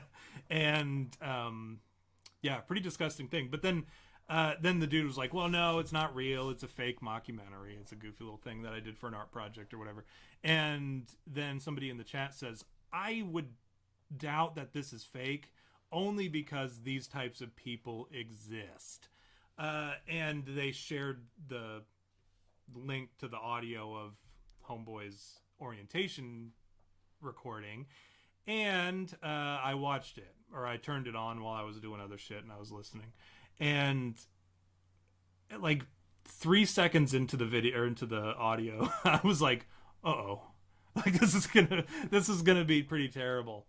And I would like to read to you some of the specific passages from the audio that I thought were worth sharing, that will hopefully kind of paint a picture in your head of who this David Lee Roth character is, right? Mm-hmm. We'll start with David Lee Roth. Lee Roth. Different guy. What on earth are you talking about? Oh, I'm going to put on a picture of this guy. I'm going to put this picture up. Yeah, David Parker Lewis can't lose. Yeah. He's got 3 names. He goes by 3 names, so he must be from Boston, right? We've determined that. Diabetes. We'll put the picture of him as a criminal that way, because when they go to court, they try to dress them up in a suit and tie so that they look presentable and shit. But I'm going to go ahead and leave him as in his convict inmate clothing so that you don't feel any positive feelings about him as I read some of these dehumanize him as much as we can here. This guy's he is subhuman. That's what he is. He's subhuman.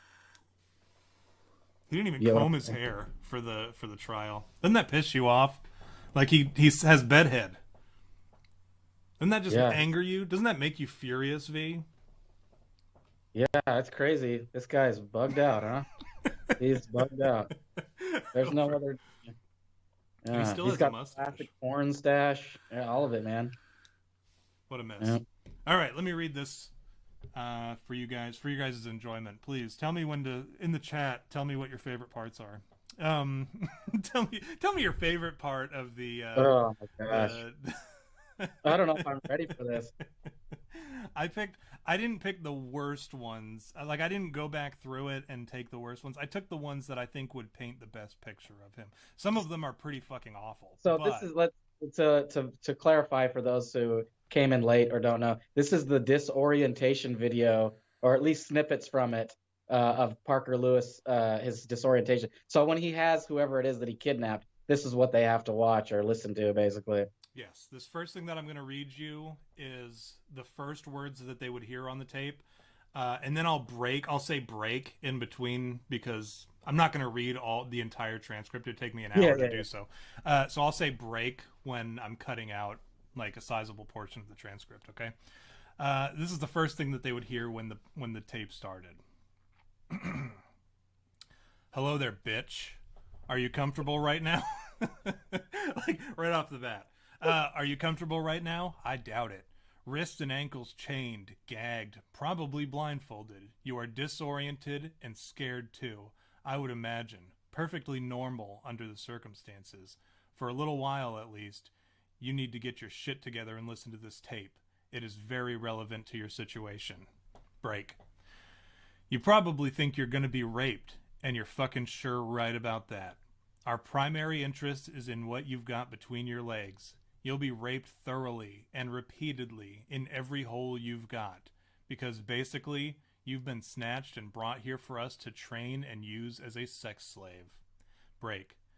This is a different world. Among our small circle of friends, little things like rape, kidnapping, doggy fucking, stuff like that are everyday occurrences. Matter of course, here, anything can happen and often does. Break. Jesus. Clamps with long nylon cords on each one will occasionally be put on your, and I hate this word, believe me. It brings me no pleasure to say the word cunt, but I'll have to say it here because he says it a lot. Will occasionally be put on your cunt lips so your, and another word I hate, pussy, can be kept open. And they're going to be attached to your nipples. The nylon cords will be put through ceiling rings or rings on each side of the table and pulled very tight to stretch your tits. Occasionally, your clit will also be clamped and stretched, and we're going to use dildos. The dildos are going to be used a lot, more than anything else, and consequently, what you're going to have the most trouble with, many of them are long, very large in diameter, and very painful while they're being forced in. Break. Jeez. What do you think so far, V? Think he's a... Jesus, I'm so appalled already. These aren't even the worst things. These are just, like I said, picture painting. Definitely articulate, I'll say that. And he reads it like a backwoods country guy. Like when you listen to the actual tape, he's like, "This is a different world among our small circle of friends, little things." I could read it in that voice if you want, but yeah, no, of course I would want that. What do you, okay, I'll do it. I'll do it in the country voice, in David Parker's voice or whatever his name is. Yeah, David Lee Parker. Mm-hmm. Roth, John Bon Jovi. If during oral sex or any other time you should bite one of us, I'm going to cut on you a little bit. I'll cut your nipple off for starter, and if it's a bad bite, I'll cut your tit off too. Jeez. That may sound harsh, but your teeth are serious weapons, and we're not going to tolerate any shit from you. I have been bitten, and I've cut off nipples, so don't fuck around. That's enough said about that. Jeez. Break. This is a long one. This guy has done this so many times that he knew that would be an issue, and he has to tell everybody, like, "Look, you got teeth, and I don't appreciate them." Can you imagine what his chipped beef dick looks like right now? Like after being bitten so many times? Oh, yikes. That is an image I don't want in my head. Well, too late. It's there now. Yeah, thanks a lot. Here's one that's going to be probably a little difficult for everyone. No, you know what? I might save that one for last because that one is especially horrible. Yeah, I've only got one more, and then we'll go back to the really terrible one. This is him explaining how the whole process is going to end. After we get completely through with you, you're going to be drugged up real heavy with a combination of sodium pentothal and phenobarbital. They are both hypnotic drugs that will make you completely susceptible to hypnosis, auto-hypnosis, and hypnotic suggestion. Welcome to the chat, Megabit. Good time to join. We're reading from the Toy Box Killers transcript, so buckle up. In the torture chair. You're going to be kept drugged a couple days while I play with your mind. By the time I get through brainwashing you, you're not going to remember a fucking thing about this little adventure. You won't remember this place, us, or what has happened to you. There won't be any DNA evidence because you'll be bathed and both holes between your legs will be thoroughly flushed out. You'll be dressed, sedated, and turned loose on some country road, bruised, sore all over, but nothing that won't heal up in a week or two. The thought of being brainwashed may not be appealing to you, but we've been doing it a long time, and it works. And it's the lesser of two evils. I'm sure that you'd prefer that in lieu of being strangled or having your throat cut. So that's how it ends. Well, that's mildly decent of him to do that instead of killing them, I guess. Yeah, and as we know, he did try to kill, or he thought he killed somebody. He's not a very efficient killer if he cut that girl's throat, threw her on the road, and then she ended up surviving. But you never know. He had to, if he has to say it's better than the alternative, having your throat cut, it must. And he has in fact been found guilty of cutting a woman's throat and throwing her on the side of the road. I would assume it's something that he has done in the past. So here's the one that is going to leave you thoroughly offended, and I want to watch the viewer count drop as I'm reading this. It's so offensive already. I'm kind of like really off put right now, so you know. I might be leaving the show. So, well, if this one doesn't bother you to a point of deserting the show, like if you leave the show for this one, I'll say this: I will not hold it against you.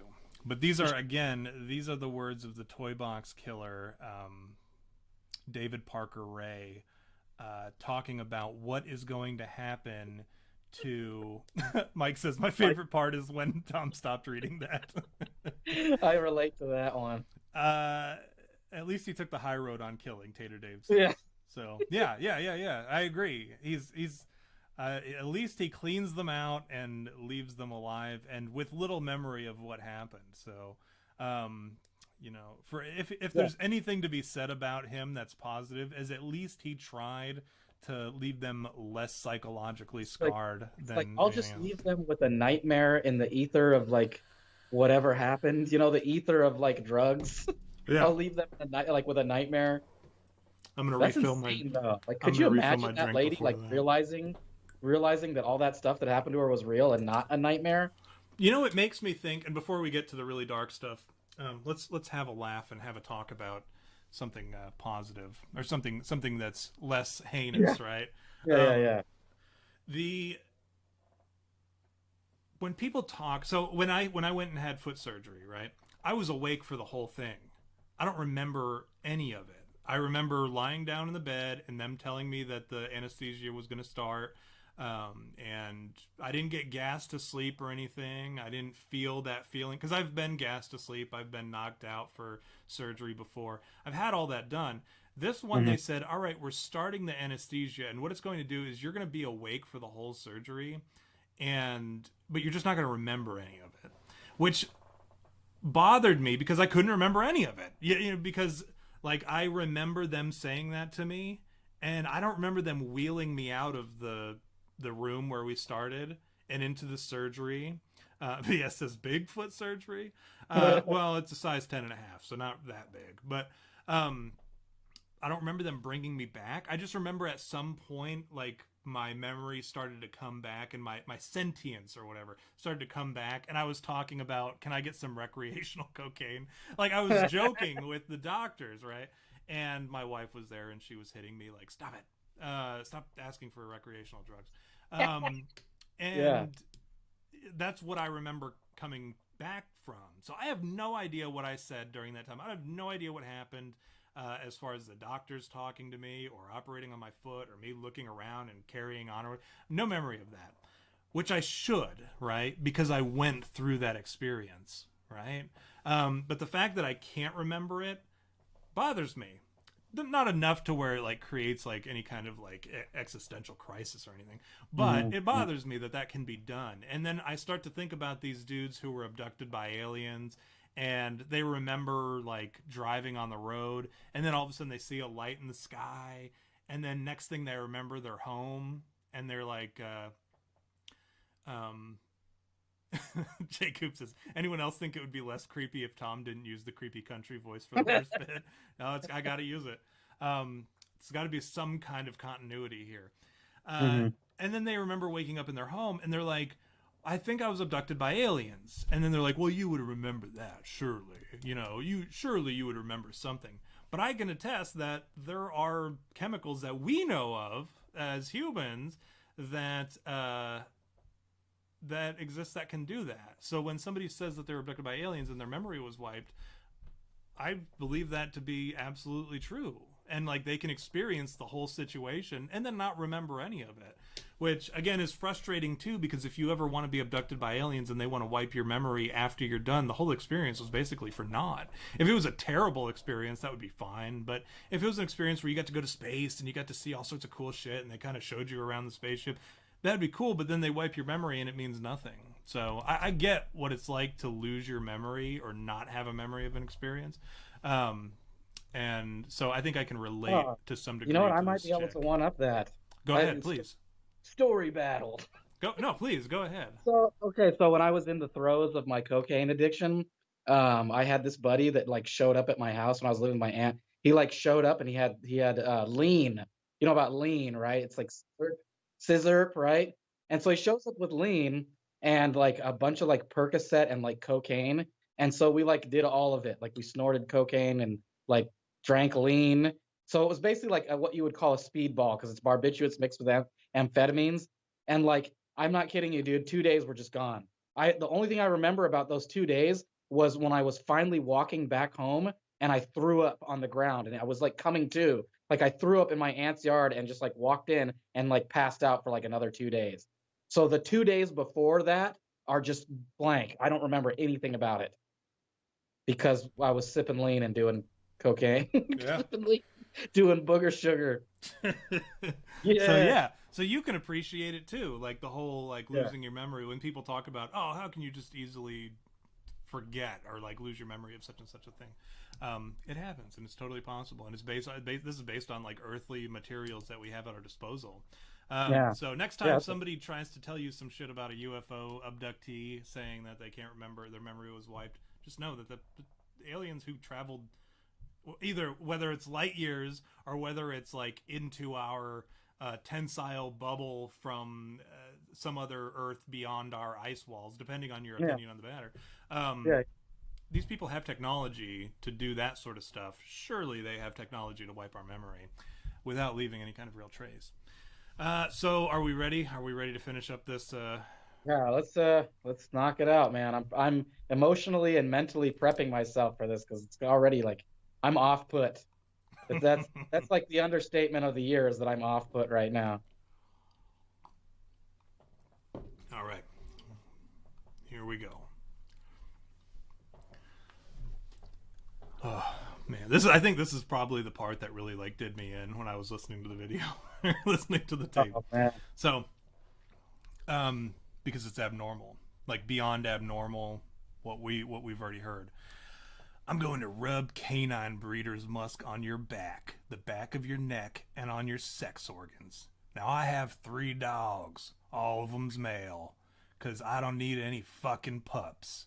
One of them is very large German shepherd that is always horny, and he loves it when I bring him in the house to fuck a woman.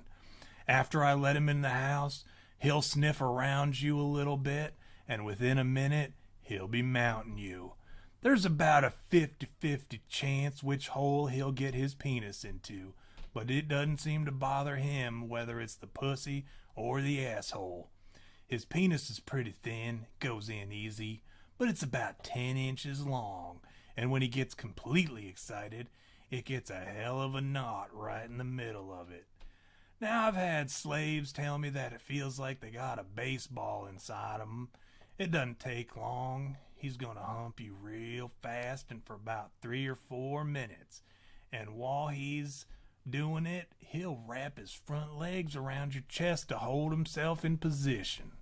And in the process, he'll probably scratch your tits up a little bit with his claws. After he gets through, he usually turns around and tries to pull out.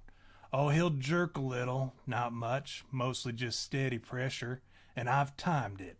The knot will usually shrink up enough to come out your pussy in about 3 minutes. If he's in your asshole, about 5 minutes. I don't use the dog all that often, but I don't deprive him of pussy either. There's no doubt that he's going to be on you a few times while you're here, because I like watching it. And any time it's just you, me, and the dog, it will always be in your butt. The dog knot is on his penis is big and extremely uncomfortable when he's pushing it back and forth way up in her anus. I really enjoy watching a girl wiggle, jerk, and squirm around while he's doing it. Consequently, I give him a little assistance getting it in the right hole. Now, if you think all this stuff is sick and depraved, you haven't seen anything yet. Jesus. That is sick and depraved, dude. There's no other description for that, man. That is just Jesus, Mary and Joseph. That guy, if there's a hell, he had better be there.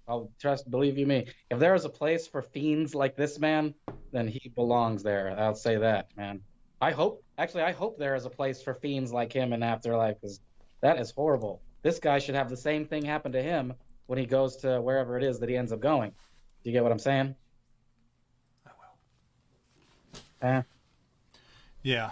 I like the comments in the chat. I wish my memory would get wiped. Sick. Excuse me while I go vomit. Megabit, yeah, that's wild.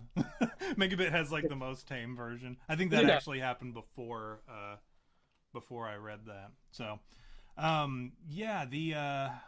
that I think that's where because I mean that's probably midway through the transcript, and he goes into some great detail. If you thought that was bad, I think that's probably the worst part of the transcript, frankly.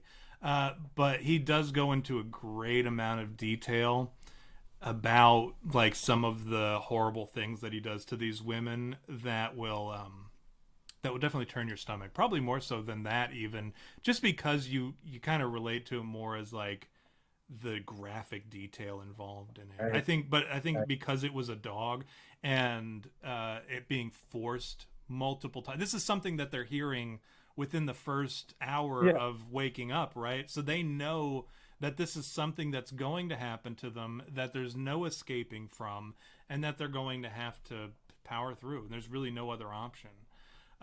Pretty scary stuff.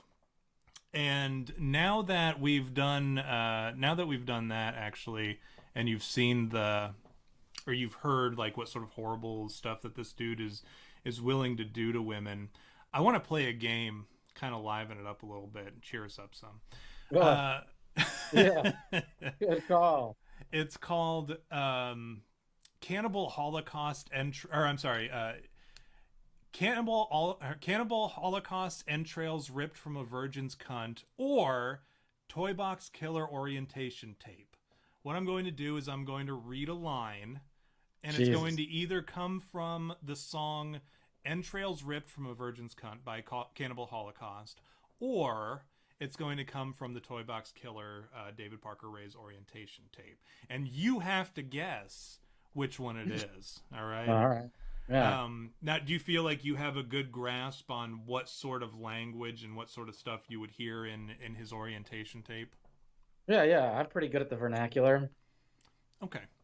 You like that word, Vernacular. Yeah, that's a good one. Yeah. Jargon. Yeah, jargon. Let's see. I fucked her empty body until she became stiff. Is that David Parker Ray, or is that Cannibal Holocaust, entrails ripped from a virgin's cunt?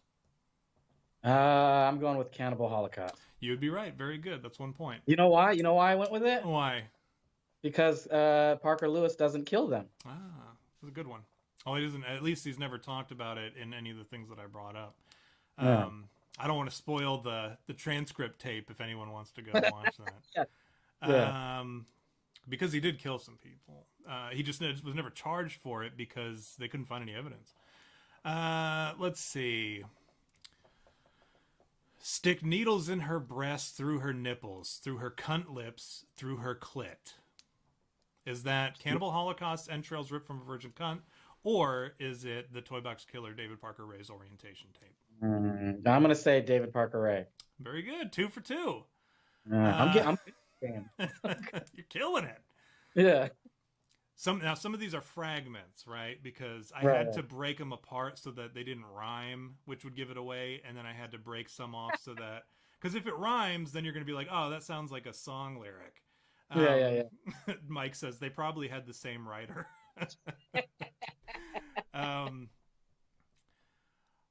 Oh boy, let's see. Suck cock and eat pussy until your jaws ache and your tongue is sore. Is that Cannibal Holocaust, entrails ripped from a virgin's cunt, or the Toy Box Killer David Parker Ray's orientation tape? I'm going with David Parker Ray on that one. Wow, 3 for 3. You were super good at this. Yeah, that was nailing it. Yeah, I tried not to use the same ones. I had to take from other parts of the transcript, so it wasn't from stuff that I had already read. So, pretty piece of meat to be used and exploited. Is that Cannibal Holocaust, entrails ripped from a virgin's cunt, or the Toy Box Killer's orientation tape? I'm going to go with Cannibal Holocaust. Wow! 3 for 4. That one was actually from the Toy Box Killer's orientation tape. Oh, I blew it. It says, you're a pretty piece of meat to be used and exploited. This is when he's trying to demoralize them. Yeah, the disorientation video. The disorientation. So you are 3 right, 1 wrong. All right. I've seen it unfold, terrible scenes of agony. Is that Cannibal Holocaust, entrails ripped from a virgin's cunt, or the Toy Box Killer's orientation tape? Cannibal Holocaust. You would be right. Very good. All right, I'm back on the board again. So starts your triumphant return in this game. Yeah. Hold her arms, her mouth taped shut. Is that Cannibal Holocaust, entrails ripped from a virgin's cunt, or Toy Box Killer David Parker Ray's orientation tape? Cannibal Holocaust. Yeah, good. Very good. Yes. 5 and 1. I'm killing it. I guess that's not a good joke to make. Solid pun, babe. Yeah. Internally bleeding vagina, secreting her blood-wet pussy I am eating. Cannibal Holocaust, entrails ripped from a virgin's cunt, or Toy Box Killer's orientation tape? Ugh, that's so gross. I'm going to say that's Cannibal Holocaust. Very good. That's another one for you on the board. Tied to my mattress, legs spread wide, ruptured bowel yanked from inside, de-virginized with my knife. Cannibal Holocaust, entrails ripped from a virgin's cunt, or Toy Box Killer's orientation tape? Well, that has to be Cannibal Holocaust because it rhymed, right? Did it? Knife yanked, bowel red wide. Maybe I said it in a way that it rhymed. That one, you were right. It's Cannibal Holocaust. Is it growling, or do they have like a growling when they sing? Like, yeah, you can't understand what they're saying, but that's these. I just pulled it from the lyric sheet. Our fetishes include hang-ups, including stringent bondage, dungeon games, and little sadism. Oh, yeah, that has to be Parker Lewis. Yeah, correct. Yeah. Some of these are going to be a dead giveaway. Yeah. Is that another pun? Did I do another? Dead giveaway, killing it. Yeah, you're on fire today. Sex organs extracted for eating. Jesus. Cannibal Holocaust? Yeah, it's Cannibal Holocaust. Very good. Those guys are terrible. Yeah. They're jackasses. Oh, this is a good one. Now I'll save that one for a little bit. Become very familiar with your sex organs and the size of the holes. Yeah, that's got to be Ray. Ray. What is his name? David Parker Ray. Yep, yeah. You're correct. You're pretty dang good at this game. I'll give you credit there. Yeah. My knife's jammed in your ass, and as you die, you orgasm. You know what's so funny is that, oh yeah, that has to be Cannibal Holocaust, yep, right? Very good. It's so funny when I hear those and I go, this is their lyrics to their song? This is what they're singing about? Like, yes.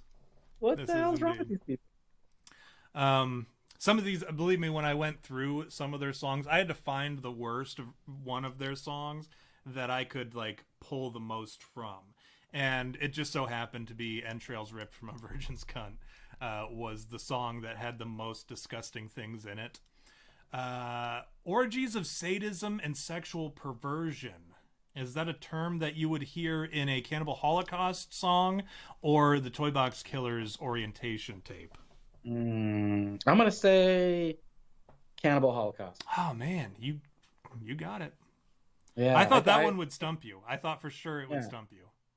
I thought that one was like a MacGuffin, like you're trying to trick me into saying that it was Ray. So I said the opposite. That one wasn't because of knowledge. I didn't guess that one because of knowledge. I just guessed because I figured it. You know, I'm good at taking tests. I can guess. Oh yeah, yeah. Logic. So I'm probably not the best person for this. I should have brought somebody else on. I should have had like a random call in or something. I just know logically that has to be what it is.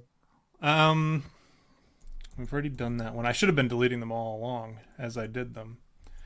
Well, this one's going to be an easy one. Here's a freebie for you.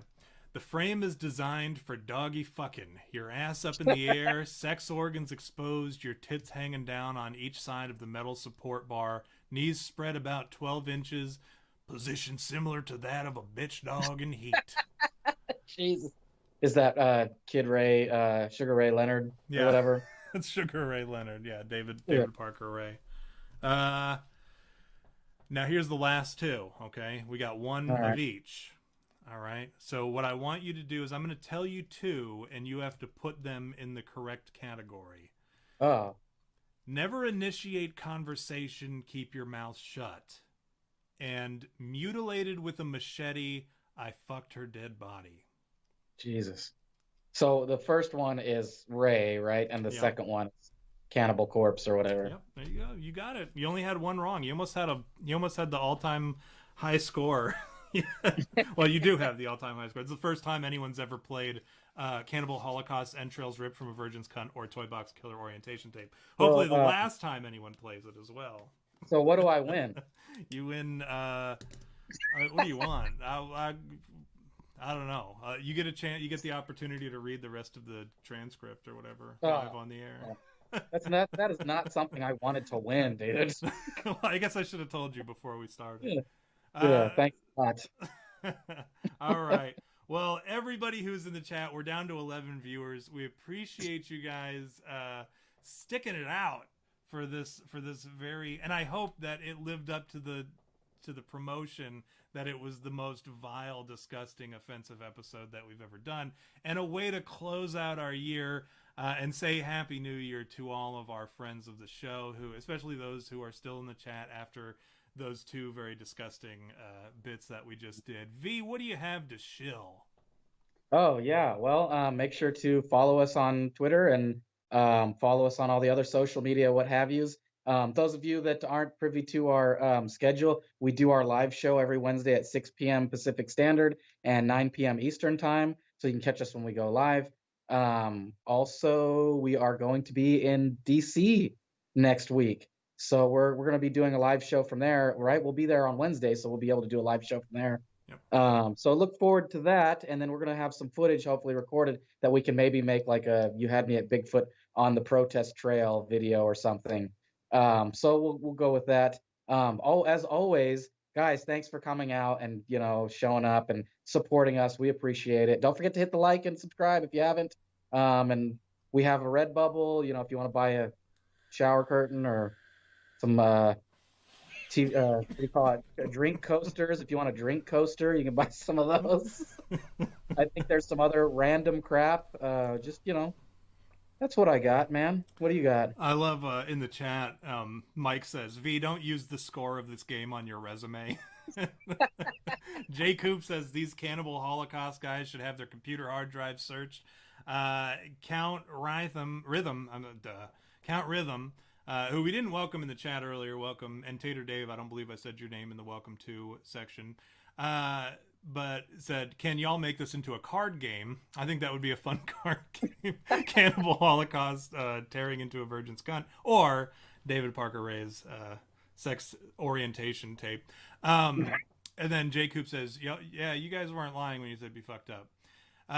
But yeah, happy New Year's to everybody. Thank you for sticking it out with us since 2017, 18, 19. This is our 4th New Year's together.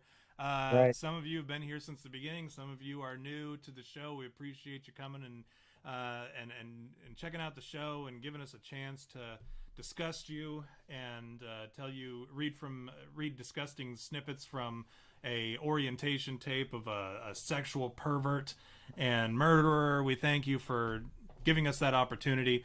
Thanks again, everybody who came out tonight, and make sure you tell your friends, follow us on Facebook, V Weenus and You Had Me Podcast. And we look forward to presenting. I haven't quite decided how we're going to get the information out to you, because we're going to be limited on streaming live.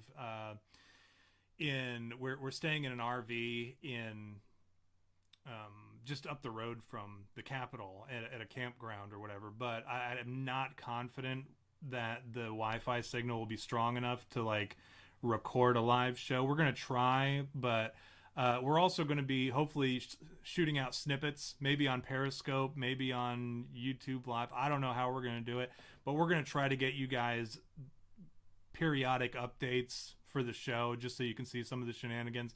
And then also there's going to be the video, like mockumentary, the documentary, whatever, like they said, on the protest trail. We're going to have another we'll have a whole other video that we'll put together for you so that you guys can watch that. We'll try to keep it from, we're not going to put it behind a paywall or anything like a lot of people do with Patreon and shit, but loyal followers, you know, we'll make sure we get it to you guys and as expeditiously as possible. Thanks again.